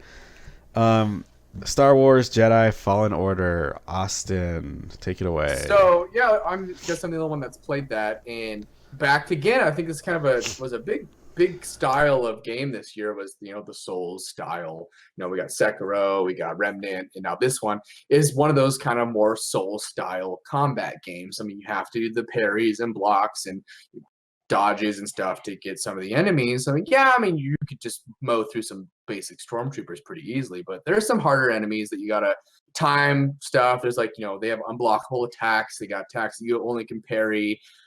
Stuff like that. So, and especially when you fight these dark troopers that are hunting you, they have weapons that are comparable to lightsaber weapons, and you can't just run in there and slash them up and try to kill them. Like, you actually have to be like strategic and stuff like that, which I think does actually lend itself really well. I mean, Respawn did this game here again. Like I said, this is probably the year of Respawn for develop wise.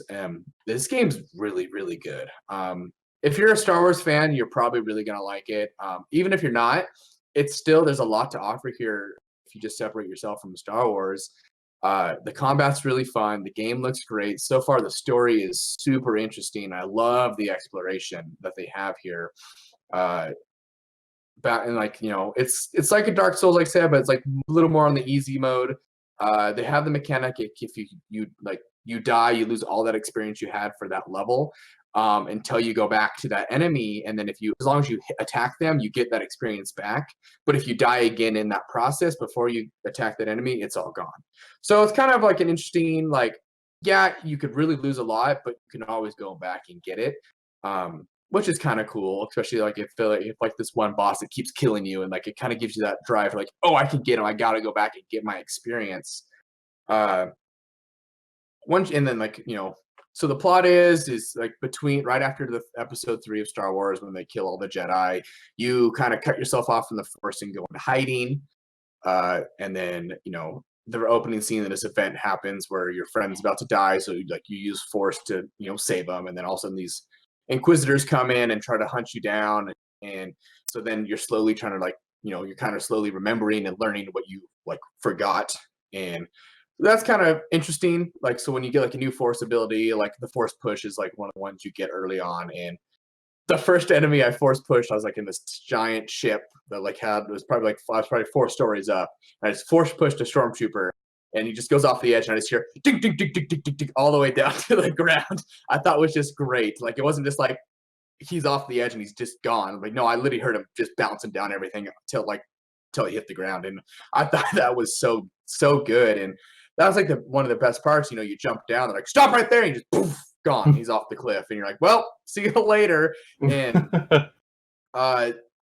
And that's what's a lot of fun about this game, is like you can be so creative with what you want to do. Like, someone shoots a rocket launcher at you, you just Force push it back to them and blow them up, or you can freeze someone, and it's way deeper than you think it's going to be for a Star Wars game, especially when you look back at previous Star Wars game with the style, the Force Unleashed, where you're just a total powerhouse and you just run in there and just mow people down. Like, this game is not quite that. You're not that powerful, so you have to be smart about what you're doing. The exploration, like I said, super cool. You kind of have your own ship, and you have the freedom to go to whatever planet you kind of want to go to. So I really, really like that. And I think this game, I know you guys haven't played it, but I really am going to fight for it to be in the top 10, because I think it really is deserving of it.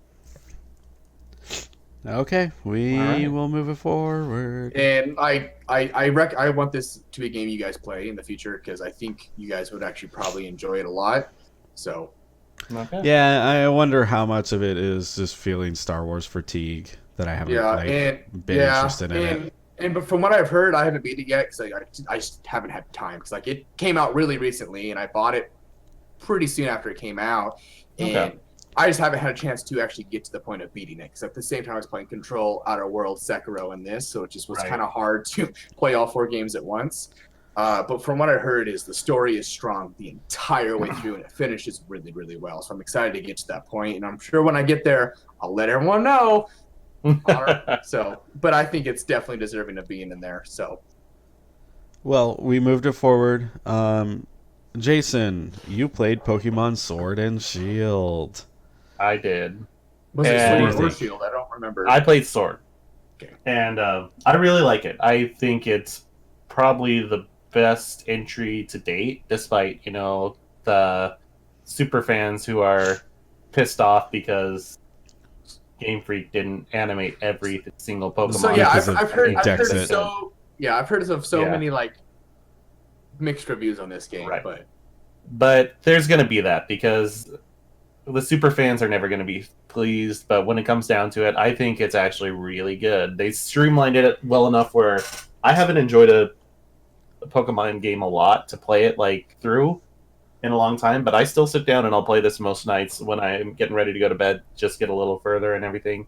and I'm about halfway through right now. And lately, with all the good games coming out, it's kind of hard to do that because you sit there like, well, what about this game? I could be playing that one, and this one I've consistently kept playing. So I've been impressed with it. I'm pretty happy with it. They added tiny little quality of life stuff like when you're in a battle, you don't need to go all through all your menus to get to a Pokeball. You just push X, and then you can throw your Pokeball, choose which one from that screen. And I like stuff like that. That's what I've heard is like it really helps doing that because like your party gets shared experience versus previous Pokemon games.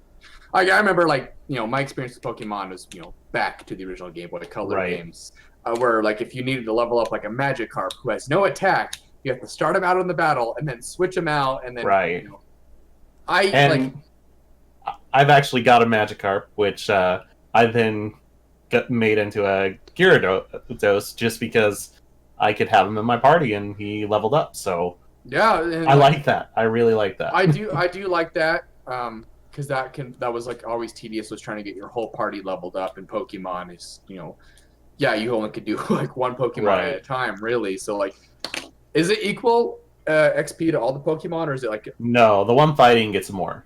Okay, well that's okay. But so I've heard I heard it was like everyone gets equal. I'm like, well, that just seems a little unfair. Right. As far as that goes, the whole experience share things, I know that some hardcore fans are kind of annoyed with that because they're like, well, you should have to fight with that Pokemon to get more, but honestly, like, I don't have the time to do that, so I'm glad they put it this way, so honestly, it's in my top 10, and I'd say it should move on. Okay. I mean... we can move it on. And then the genre that I forgot was the auto chess. Did either of you play any of the auto chess games? No. Okay, so I will change this auto chess to Dota Underlords because there was the original auto chess, which was a Dota mod, and then Valve released their Dota Underlords, which was that but valved, and then there was Teamfight Tactics, which is the Riot version, and I really only played Dota Underlords, and I played a lot of it. It was a very easy like, oh, I'm gonna sit here on my phone when I'm out drinking a beer or whatever, and I'm going to play a round of Underlords. And it's really good. It takes a lot of like the Dota mechanics and stuff and uses them. And I think there's a lot to be said about like the tactics and stuff like that. Like, the metas and stuff that have formed around that game, because the whole auto chess thing kind of exploded overnight. Because it was like Dota had their own version, the League of Legends had their own version. I literally just said all that. Like I just walked through all of those things. I know, that's what I'm saying. Like just overnight, it was just like it was like everywhere. Style. It was like had an auto chess. I was just reinforcing your point. Okay. But yes, yeah. I mean, I think Underlords, now that I'm thinking about it, might actually make a list of mine because of how much I played it and how much I actually enjoyed it. It doesn't have to be on our list, though. You okay with that? Yeah, that's fine. Well, it looks like we got 15 games. Yeah, that finishes. So at the end of round one, we have 15 games, which is a decent amount. Those games are Resident Evil 2, the remake, Apex Legends, Tetris 99, Metro Exodus, Ape Out, The Division 2, Sekiro: Shadows Die Twice, Outer Wilds, Control, Borderlands 3, Disco Elysium, Call of Duty Modern Warfare 2019, The Outer Worlds, Star Wars Jedi, Fallen Order, and Pokemon Sword and Shield. Our next round is we have to eliminate 5 of these games from the list because we have to come up with a top 10. So I'm immediately looking, is there anything we can eliminate right now? Tetris 99. Probably can go. Yeah, it was a great game, but I don't feel like it can hold I'm its just own gonna go this out against right now. everything Are we else. just gonna go right into round 2, or are we gonna take a little break here? No, let's just go into it. We don't have time to take a break. Oh, okay. We're gonna push forward. Yeah, I think. Yeah, probably good.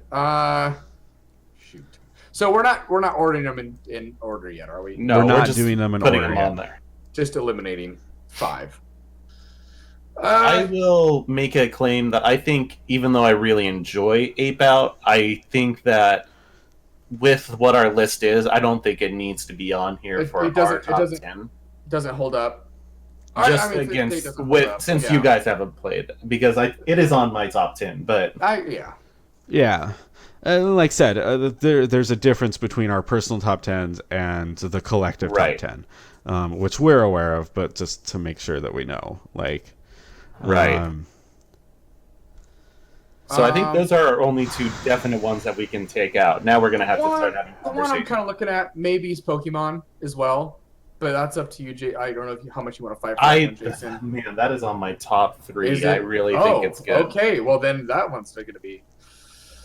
So I'm not ready to eliminate it yet. If we do that, you're gonna have to make a convincing argument to me. The one I'm looking at, I think Borderlands 3 can go. I was just saying, it's going to be a fight between Borderlands 3 or Metro.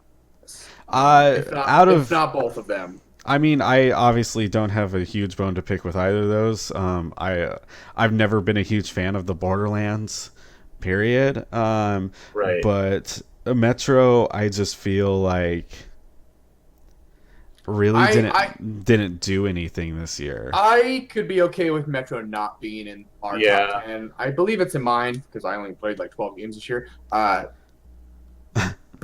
fair. Yeah, I'd be okay with that going. Fair enough.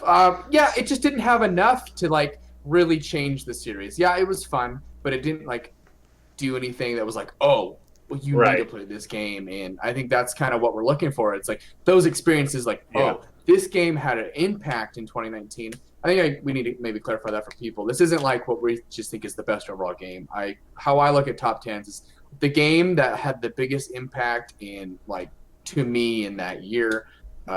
Obviously the mechanics and gameplay and like how fun it is and good it looks does go into that, but you know, there's a lot more that should go into a top 10 list versus like I like this game. So and Metro, unfortunately, I don't think had that hook. It didn't keep. Obviously, I didn't keep playing it. I didn't beat it. I'm not sure if I ever will, to be honest. So I think Exodus can go. I think that can go out. Okay, Exodus is out. Oh, I just don't think Borderlands 3 is strong enough. Like, I think it kind of fell flat. A lot of their jokes weren't quite as funny as they have been. The writing wasn't as snappy. I don't think it was as good of a game. I see, like me, I think it was good enough. Obviously, it's in my top 10. But looking at the other games on the list here, I'm like, because for me, this is probably like number 10. So I'm okay with it not being in ours because like it barely made mine. And then maybe if I played like 1 or 2 more games this year, it wouldn't have even been in my top 10, which is so unfortunate because I've been waiting almost 10 years for this game to come out. And, and that was like, I was upset on that because it just wasn't as good. It wasn't as good as number 2, which is so hard to live up to like a sequel like that. So as much as it pains me to say, but we can probably take out Borderlands 3. Okay. We will get rid of Borderlands 3. So we're down to 11, and I'm looking at this list, and I don't know what to do. The thing that pops... Go ahead. Finish what you're saying. The thing that pops out to me first is Resident Evil 2. And that actually was in my mind, too.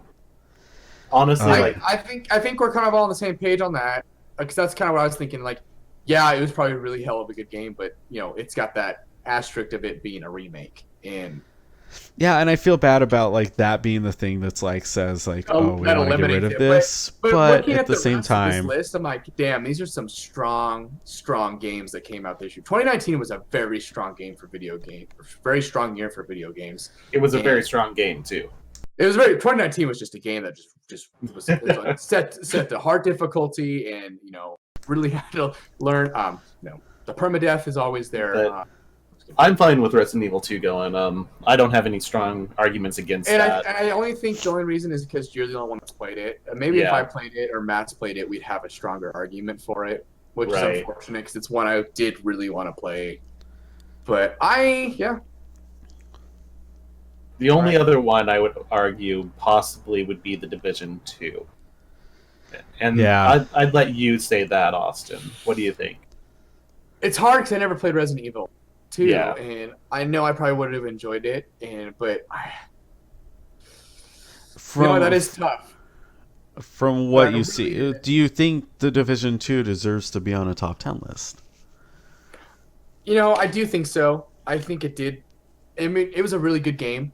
It came out strong. It's been supported, and I mean that's the part I go to is like how good it was at release and like right after release. And Ubisoft has done a really good job keeping their games going. And I mean, hell, they still have For Honor updates. I mean, that's ridiculous. So like I know Division 2 will be supported, and I guess I don't know if I should take that into my account as a top 10. Maybe I should be like on release day or when I first played it.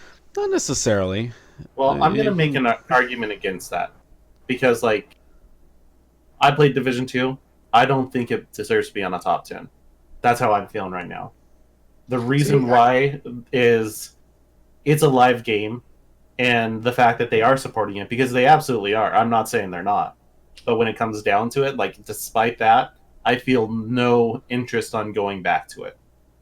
And I like the game, but I have zero interest to go back to it. And then with a live game, that should kind of spark that. I'm actually going to agree with you, and we can probably take out Division 2.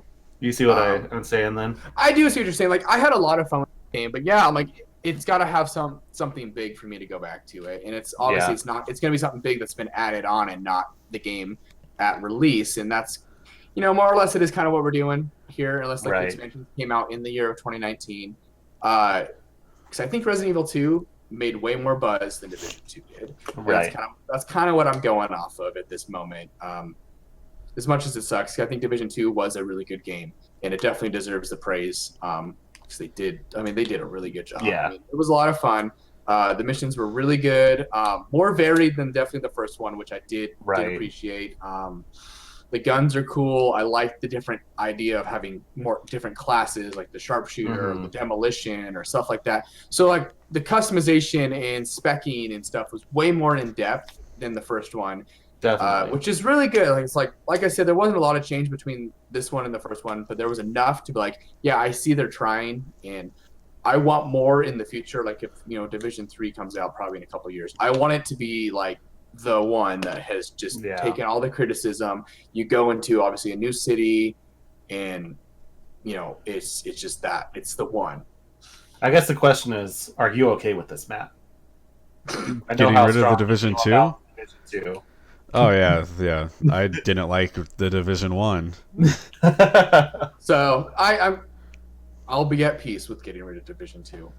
Division 2's out, which means we have a top that was 10. a quick round 2, but we've got a top 10 list, or we've got the top 10 games for us this year. That includes, but not in order. Right, Resident Evil 2, Apex Legends, Sekiro, Outer Wilds, Control, Disco Elysium, Call of Duty, The Outer Worlds, Star Wars, and Pokemon Sword and Shield. Round 3 is this is where probably the more difficult part. Yes, this is where we let's start order number them. 10, I guess. I think number 10 should probably... I'm going to go ahead and put myself here and say Pokemon Sword and Shield can go 10. I know that you guys didn't play. I really enjoyed it, but I feel like it's too strong. There's too many strong games on here to fight it. So many good. All right, well, good, cool. I wasn't going to go with that, but... What were you going to go with there? I was going to say that we should probably put Star Wars there. Nope. But I think Star Wars is, from what I've heard, it's a stronger game overall. I will argue to keep Star Wars closer to the top 5. So, and I'm thinking Resident Evil 2 could probably go 9 just because we almost cut that, honestly. And I mean, we were about to cut it, and it's still beat Pokemon. Jason, do you want Resident Evil 2 10 or 9? Or Pokemon 10 or 9? This is you. This is all you. Myself, I'd have Pokemon ranked higher, So let's but move I to feel Pokemon like 9. no. Here's the thing. I feel like most people would have Resident Evil 2 higher, and I say that being if you guys were to play both these games, which neither of you have, I feel like both of you would agree that Resident Evil 2 would probably be the stronger game. So I'm thinking overall, Resident Evil 2 should probably be number 9. I'd probably agree with you on that one. I probably would put it on. So, Although out of those two games, I think the one that I'm most likely to buy if I were to buy a game today would be Pokemon. Pokemon. Right. Now, our top 8 is going to be really hard. This is where the fun begins. I'm going to put Apex Legends at 8 for myself. If you guys want to put it in there. Yeah, it was a hell of a game. It's a lot of fun, but it is what it is. I don't think I'm ready to put it that low. Really? Okay. I really don't think I am. But I'm trying to look at the other games, and I just don't. I understand, but Apex. So I'm looking at not only is it a good game, but it's also not only the game that I played the most this year, but it's also probably the most fun I've had with friends in 2018. I guess you're right on that, and that's what makes it so hard because you got to take that in, but you got to take in what the game does altogether. Because obviously, there's no story, there's no campaign, there's not any depth to the game. Right. It is what it is, and I'm looking at these other games that have so many levels of character and component and just stuff that move. And I don't know. What about Call of Duty at number 8? And here's my reasoning why. Let me explain it. Yeah. It has a good story, but compare that to some of these other games. Outer Wilds, Control, Disco Elysium, The Outer Worlds. Does it really stand up against that? No. See, I would agree with you. I was going to put Call of Duty more 6 or 7, but if you want to put Apex above it, Honestly, I think it was more important just because it did add those pinging aspects, which Call of Duty, it made a good Call of Duty. That doesn't mean it's a bad game. Because Call of Duty is definitely probably my next most played game. Right. That's why it's but in my mind, Apex was super fun, don't get me wrong, but Call of Duty had that campaign, and I just feel Apex did more. It did more because of how it kind of pushed this new idea out there, whereas Call of Duty, it did a really good Call of Duty game. Okay, I'm in. Call of Duty 8, Apex. Yeah, I mean, I think the thing is I think if Call of Duty would have been as special as I thought it was going to be, I probably would have had it already. And I'm not saying it's a bad game, but Apex really did that for me. I went out, and yes, it was free, and so obviously that should be taken into account, but I got Apex when it first came out, and I have continued playing it, and like I said, it's been a while, but still, it had a tournament on ESPN, for God's sakes. Yeah. And I guess maybe we should put it at 7, just for the fact that it was free and the quality of game it was. I'll say that gives it the edge over Call of Duty. Is the value we got from Apex for being free. I mean, I've bought every season pass since, so I'm totally fine with supporting that game. So I put money into it. But yeah, as it stands, when the game came out, I'll go. So you're saying that Apex should be 7? I can give Apex 7. That. Unless you want it up higher, but this is when it starts getting... I think it's still wanted up higher. What are we willing to put down at 7? Then? That's the problem. I think each one of us has a... I'm putting Outer Worlds there, because... I was going to say that was mine. No, I'll put Apex there before I'm willing to put Outer Worlds there. Because Outer Worlds, I had a lot of fun with it, but... It's not a game I'm right now. I haven't beat it, obviously, but it's not the game I'm thinking about playing. Sekiro, Control, Star Wars. These are the games I want to play before I go back to Outer Worlds. And that's just how I feel. It's fun. It's got the charm and stuff, but it wasn't. I don't know. I know we got to be. It wasn't revolutionary. Is that what you're thinking? It did the genre well, and probably the best. It did Fallout better than Fallout. Yeah, it probably like that exploration genre. Like it's not a total open world, which I thank God. I'm almost getting kind of burnt out on that. Just having this giant, huge maps and trying to just explore it all because that's just gonna be so hard. And so Outer Worlds did well, like just sectioning it off like that. But it's not the game I've been wanting to go back to this year.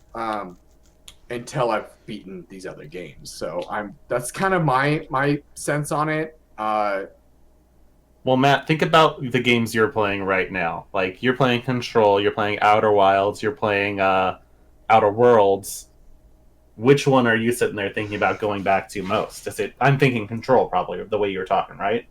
Oh fuck, that's so hard because those three those are my 3 games of the year. Yeah, for sure. And it's so hard because they're so mood dependent. I mean, like I think the Outer Worlds is something that, like I said, I could jump back into at any point and be okay with it. Then how Control has me engrossed right now, and Outer Wilds is, I think, gonna be one of my favorite games. Period. When I get through with it. How about we compromise and totally shift gears and maybe put Disco Elysium at 7? Just due to the fact I'd be willing to do that. Just the fact that Matt and I haven't played it and Jason's the only one. I know it's a good RPG and good like story game, but how is it compared to these other ones? I guess is kind of my thing. Well, the way I'm looking at it, I could see myself putting it there. It's just the writing's so good, man. I know the quality it's made is so hard. Like I know I haven't played Disco Elysium, but I know it's good. I know it's like should be worthy of being. Obviously, it's worthy of being on a top 10 list. But now I have to go to the point to I haven't played it versus a game I have played. So and we gotta because I know what my top 3 is, and it's not part of it. Well, let's ask this. Let's ask this question: which game are we not willing? One game we're not willing to put lower than the top 3. Think about that. In my eyes, I mean, I haven't got there yet. Let's not get there yet. The reason I'm saying that is if we can find that, we might be able to help ourselves make this. For me, Disco Elysium's not going to be top 3 for me. But that's not what I asked. Which game do you not see yourself putting outside the top 3?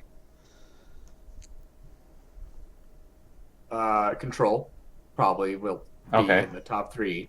My initial reaction is Control. Okay. And then for me, that's Sekiro. Yeah, I'm with you on that one. I think those are definitely probably going to be 1 and 2. Just saying. Just the fact that we can get that, though, that tells us, like, that's we know why that those two aren't going to... But that's why we haven't even talked about them yet, because we know they don't deserve to be in this 7, 6, 5 range. Unless, Apex Legends, Disco Elysium, 7, 6. Unless you want to flop it. I'm willing to do that, just because of the quality of the other stuff. Because that's where we've hit now is, Because it's not that saying that these games Apex are Legends bad. overall, none of these games are bad. This is like these are the top 10 games of the year, and it's just hard to categorize where they go. But I'm kind of thinking to make everyone happy. I know Matt's probably not happy about Apex being 7. If it means Outer Worlds is going to be higher on the list, I'll take Apex at 7. I will put Outer Worlds above Apex, for sure. Let's do Apex 7. And then maybe... And we were saying Disco Elysium, right? Unless you want to put Outer Worlds. Or do you want Outer Worlds in top 5, Matt? I mean, that's so hard because I haven't played Disco Elysium. So it's so hard to say, like, I think Outer Worlds is better than Disco Elysium because I can't honestly say that. Jason's played both of them. He likes Disco Elysium better. I think that I personally think that he hasn't given the Outer Worlds enough of a chance. Me too. I agree. It's not my style of game. It's never going to go higher for me. So why I say that is because at this point, you're leaning on saying that maybe since I played both, you should trust that. I will not give you an accurate representation of what the Outer Worlds is. But also, why is Star Wars still on? Why is Star Wars above these guys? It's fine. I'll compromise. I wanted Star Wars to be 5, but I could see it being where Apex is right now. do you want to put Apex above Star Wars? I I mean, can see my that. initial thought is yes, personally. Okay, Just because Star Wars, it sounds like they did a really good job. they really But- did. And they have the screen when you die. It says respawn on it. Like, come on! They did it! Respawn did it! I'm bummed because I think if you guys played this one, you'd probably put it higher. So that's a bummer. I don't know. I think it would be in my top 10. I think Everything I've seen, I think that would be pretty accurate. because it's 100% in my top 5, and so I mean I wanted to be closer to that, but I'll go with it. I'll let it go. It was good. It's a lot of fun. So now we have Sekiro, Outer Worlds, Control, Disco Elysium, and Outer I Wilds. said Outer Wilds. Outer okay, Wilds. it's super That's the last one. It's super confusing. Since we're 5, I'm gonna just go with Disco Elysium. Are we? I know because I know Jason really loves the game, but Matt and I Yeah. haven't played it, and we have very strong feelings about Outer Worlds. So I don't know. That's kind of Well, where I mean, I'm at right now. I mean, I guess that's the 'Cause- question, Austin. Are you willing to go to bat for Outer Worlds in this? Because I know what my top 3 is here, and I mean Outer Worlds could be in the top 3 because I haven't played Outer Wilds. But I know that's a good game, and I really want to play that game, but I don't know if I can put that in the top 3 without actually playing it, because I know I played Outer Worlds, and does it deserve maybe that 3rd spot? Or Well, and I mean, we're to the point where there's no way getting around that. I haven't played Sekiro, and I know it's going to be at the Right. top. that's true. And I haven't played Disco Elysium, and it's now in our top 5. I mean, and that's the issue is it's how confident are we in the games that the other people haven't played. Right. And that's Still the thing. in- Like, I've heard Outer Worlds, and I know people who like that style of game like it. But games like Control, for example, people who like Control absolutely will die for Control, that sort of thing. I don't So- think Outer Worlds has that strong of a following. But does Disco Elysium have that strong? The people who play it think the writing is fantastic, and they absolutely love the game. I haven't heard someone go into the game and be like, "That was all right." All right, here So- we go. So our argument right now is between Outer Worlds and Disco Elysium. Right. For Basically, I'll give number 5 to Outer Worlds if Ooh. we give number 2 to Outer Wilds. I'm willing to do that because Outer Wilds, I'm not that far, that's and I'm just loving it. Like, but that's hard for me because I haven't played it, and I know Control Sekiro. Here we go. So here's what I'm thinking for the top 5. Number 1, Control. Yes, I mean I think Jason, Uh, where you want, because I know you like what I Sekiro. want, it's Sekiro. Like, for me, that's what it is. But I can also see where Control, I can't really argue against you guys See, because and it I is a think- great game. And I think for Control, it's going to have a wider grip on people because there's people that just do not like the Soul style of combat, like Matt. But I well, think and Control, I don't care about them. This I is know. for us. like, Yeah. So, but here's my top 5 from this list. This is not my personal. This is from what was remaining. What I would put the top 5. Number 1, Control. Number 2, Outer Wilds.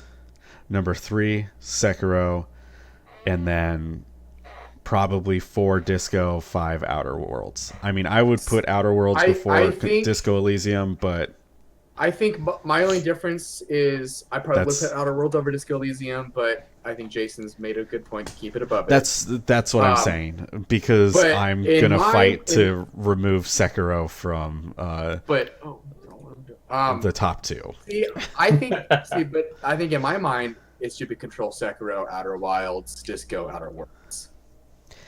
And if you guys want to you do guys that, don't even want to hear my top 5. See, I bet Jason's top 5: Sekiro, Outer Wilds, Disco Elysium, Control, Outer Worlds. Right. Actually, right? Outer Nailed Worlds, it? I just delete it. Yeah, but I'm joking. go with what you got. So Yeah.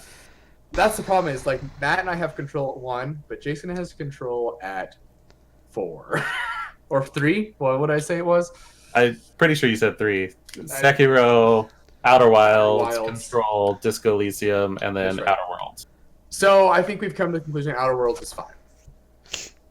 I think we have to. I think we have to get what I want in number 1. All right, so we got our number 5. Outer Worlds. But I'm gonna put Disco at 4 then. I agree. I don't think I can argue that against that. I think you guys have put that much higher than I thought you would even allow me to. It's just that good of a game, so I'm happy that it's 4. I know it is, and it's like I want to play it still. Yeah. You're gonna kill me by doing this. But I think number 3 has to be Outer Wilds. I mean, I agree with you because there's something about Control and there's something about Sekiro. Like I know Outer Wilds has like magic to it too, but so do these other 2 games. Like, Right. There's something about it that there's like I've barely scratched the surface on Sekiro, and I'm like, this game is like put it in my veins. Like I want to keep playing it. And Control's the same way. I'm just like Control, just sniffing it up. I think if I had played more of Outer Wilds, I could argue it being higher. I will say that, and that is something in itself. But I am willing to say Sekiro could be 3 because I haven't played enough of it, and I know Outer Wilds is such a cool concept. So that's like you guys probably know where I stand on number 1. Yes, because I'm there with you. Okay, but number 3. So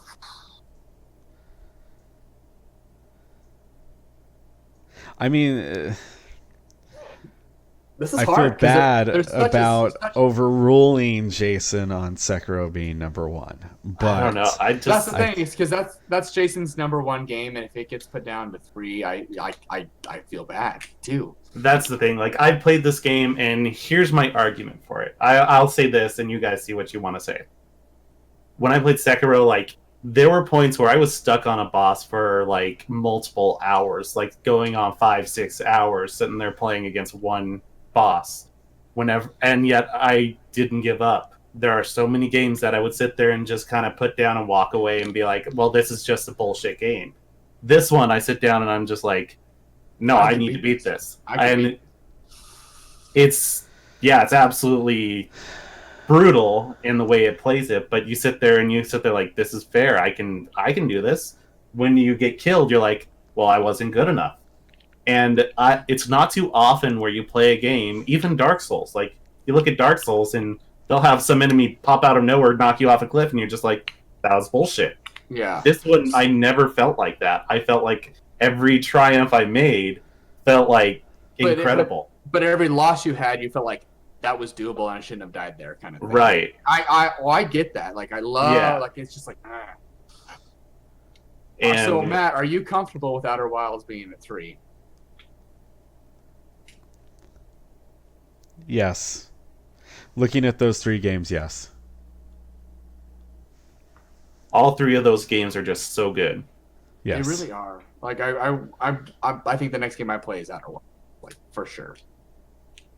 And maybe if I actually played it, I'd push it harder. Yeah. But I think there's 0 chance I would be able to talk you guys down on Control at all. And I don't think there's enough in me where I could talk you down. Because that's probably like you really like the game too. Yeah, I like the game. I don't like it as much as you guys, it sounds like, but I like it. Well, and there's something to be said about that as well. Yeah. I am 100% for Control. Is the number 1 game I play. It's everything about it. It's the style. It's like it's everything like that. I think that was why I love it. The gameplay is fun.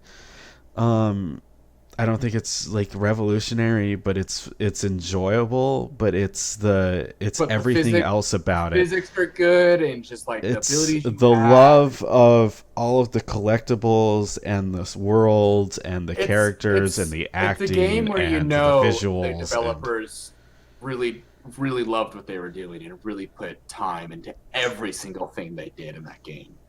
And I'm not saying like Sekiro didn't have that, but like there's something magic about Control. Like from the very get go, I was like, this game is just so cool. I mean, the idea of it is just totally wild, and it's so cool. And I mean, that's just why I want it as number one, because it was probably the game I thought about the most outside of playing it. And I'm like, yeah, like I really like what did I just play? I want to go back to it, and it's there. It's just itching me right there. I'm like, I need to keep playing.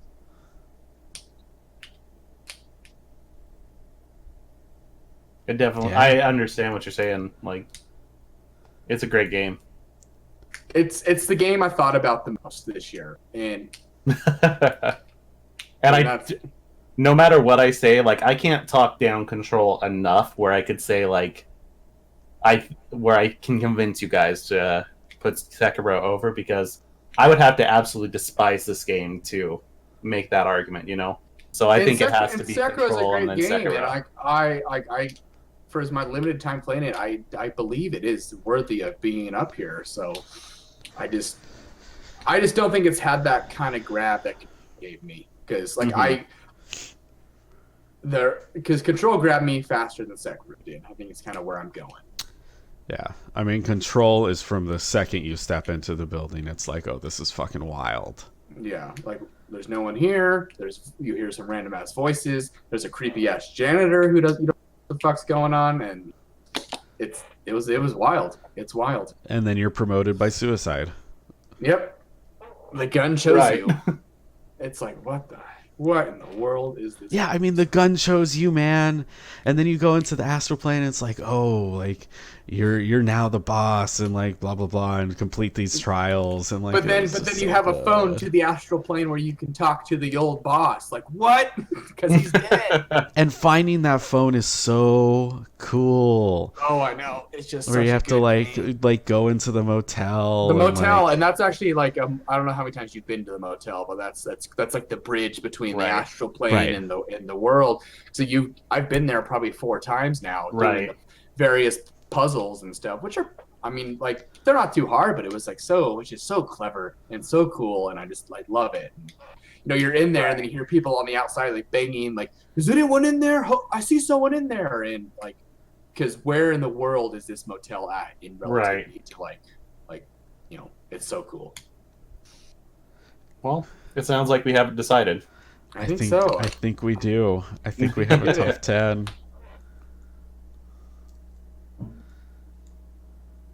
I'm happy with that. I think I'm pretty good with that. I am too. Which would mean our top 10, starting at number 10, would be Pokemon Sword and Shield. Number 9 is the Resident Evil 2 remake. Number 8 being Call of Duty Modern Warfare 2019. Number 7, Star Wars Jedi Fallen Order. Number 6, Apex Legends. Number 5, The Outer Worlds. Number 4, Disco Elysium. Number 3, Outer Wilds. Number 2, Sekiro Shadows Die Twice. And number 1, Control. Are you guys okay with this list? I think I am. I can sleep at night knowing that I'm pretty okay with this list. Yeah. Yeah. Fuck Outer Wilds is cool. But it's definitely I'm looking at this list. At this list, I'm looking at it, and like 5 games as you said them, I was like, I want to go play that, and I'm sitting there like, I'm probably not going to play anything because I won't be able to decide. That's the thing, is like this was such a strong freaking year game. It wasn't supposed to be either, and it just ended up being one. Yeah. Yeah. Well, look at these names. Like when it comes down to it, like you have Control, new IP, Sekiro, new IP, Outer Wilds, new IP.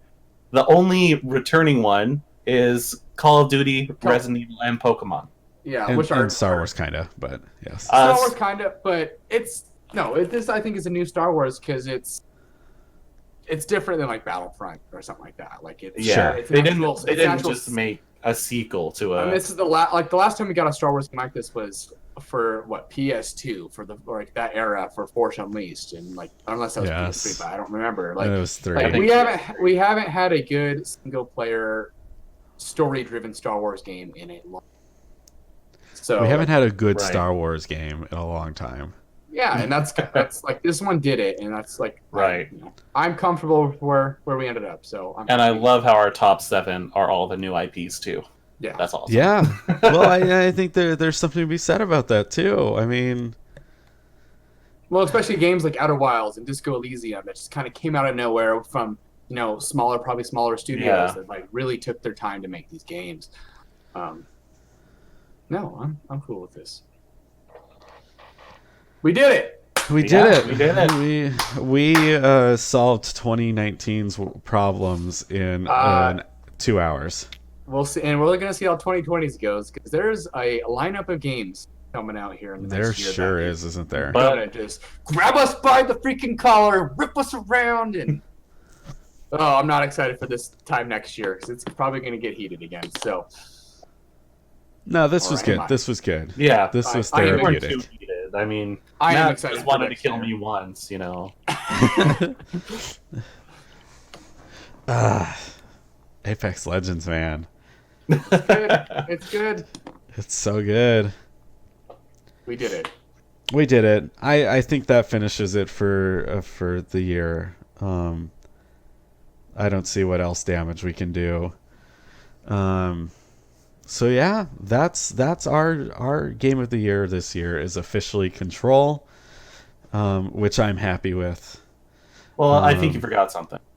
You forgot the caveat that all these games are below Death Stranding. Right. Just to Death piss everyone Stranding off. is absolutely game of the year. Just in its own category. Whatever the hell that game is. But yeah, so I think that's gonna do it for us. I think we're done here. Alright. So if anybody's sticking around listening, thanks for listening. Yeah, We love thanks you. for 2019 and listening for our sporadic podcasts throughout the year. And yeah, we look forward to 2020. I guess it's already begun, but you know, We've only just begun. oh, what a shit show it's been so far. But By anyways, January 10th, the world might not exist. Just that say. might happen. So yeah, thanks for listening. You can follow us on all of the social medias. We're Dry Spill Radio, and then except Instagram, we don't have an Instagram. But Not yet. Maybe it'll be a not 2020 yet. thing. Our Yes. Instagram is literally. I'm gonna go ahead and make it. It's just gonna be pictures of my cats. So, Okay, I'm actually 100% down with that. all right, let's do it. But you gotta do like your cat's like playing with like a controller or something like Nope, that. nope, just pictures of the cats. Okay. I don't fucking care. I'm down. Yeah. So yeah, you know where to find us. You can reach out there. You can always email us, drystpillradio@gmail.com. But anyways, I want to thank Austin and Jason for being here for this is the 3rd year in a row we've done this. Yeah, I think so. Yeah. I think this is our Did we do one 3rd last game year? of the year. Yeah, we did one last year. Actually, I think it was just you and Austin, or me and Austin last year. Yeah, I think I was the year before that I. Actually, Yeah. I think last year we kind of half-assed put one together and it didn't really turn out really well we thought. But It was great. What was our game of the year last year? So I know we did. I don't. honestly. Horizon two- was the one before. Yeah, our first 2017 game of was the year. Horizon. 2018. Hold on, I have the technology. I can look this up. I don't remember. God of War. Apparently, I can't why- reach. It was God of War. Why are we even questioning it? It was God of War. It was 100% God of War. I remember doing it because we did it in my living room right behind me, like right here. I remember talking about it. And Red Dead was number 2. Okay, perfect. That sounds correct. I can't find the spreadsheet from last year, which is weird. Oh well. But anyways. I remember now. It was obviously God of War because that was obviously It was the best game that probably came out. obviously God of War, but anyways, thanks for listening, everyone. We're gonna sign off for the day, and yeah, we will be back shortly with another regularly scheduled episode of the Dry Spellcast. Thanks everyone for listening. Goodbye.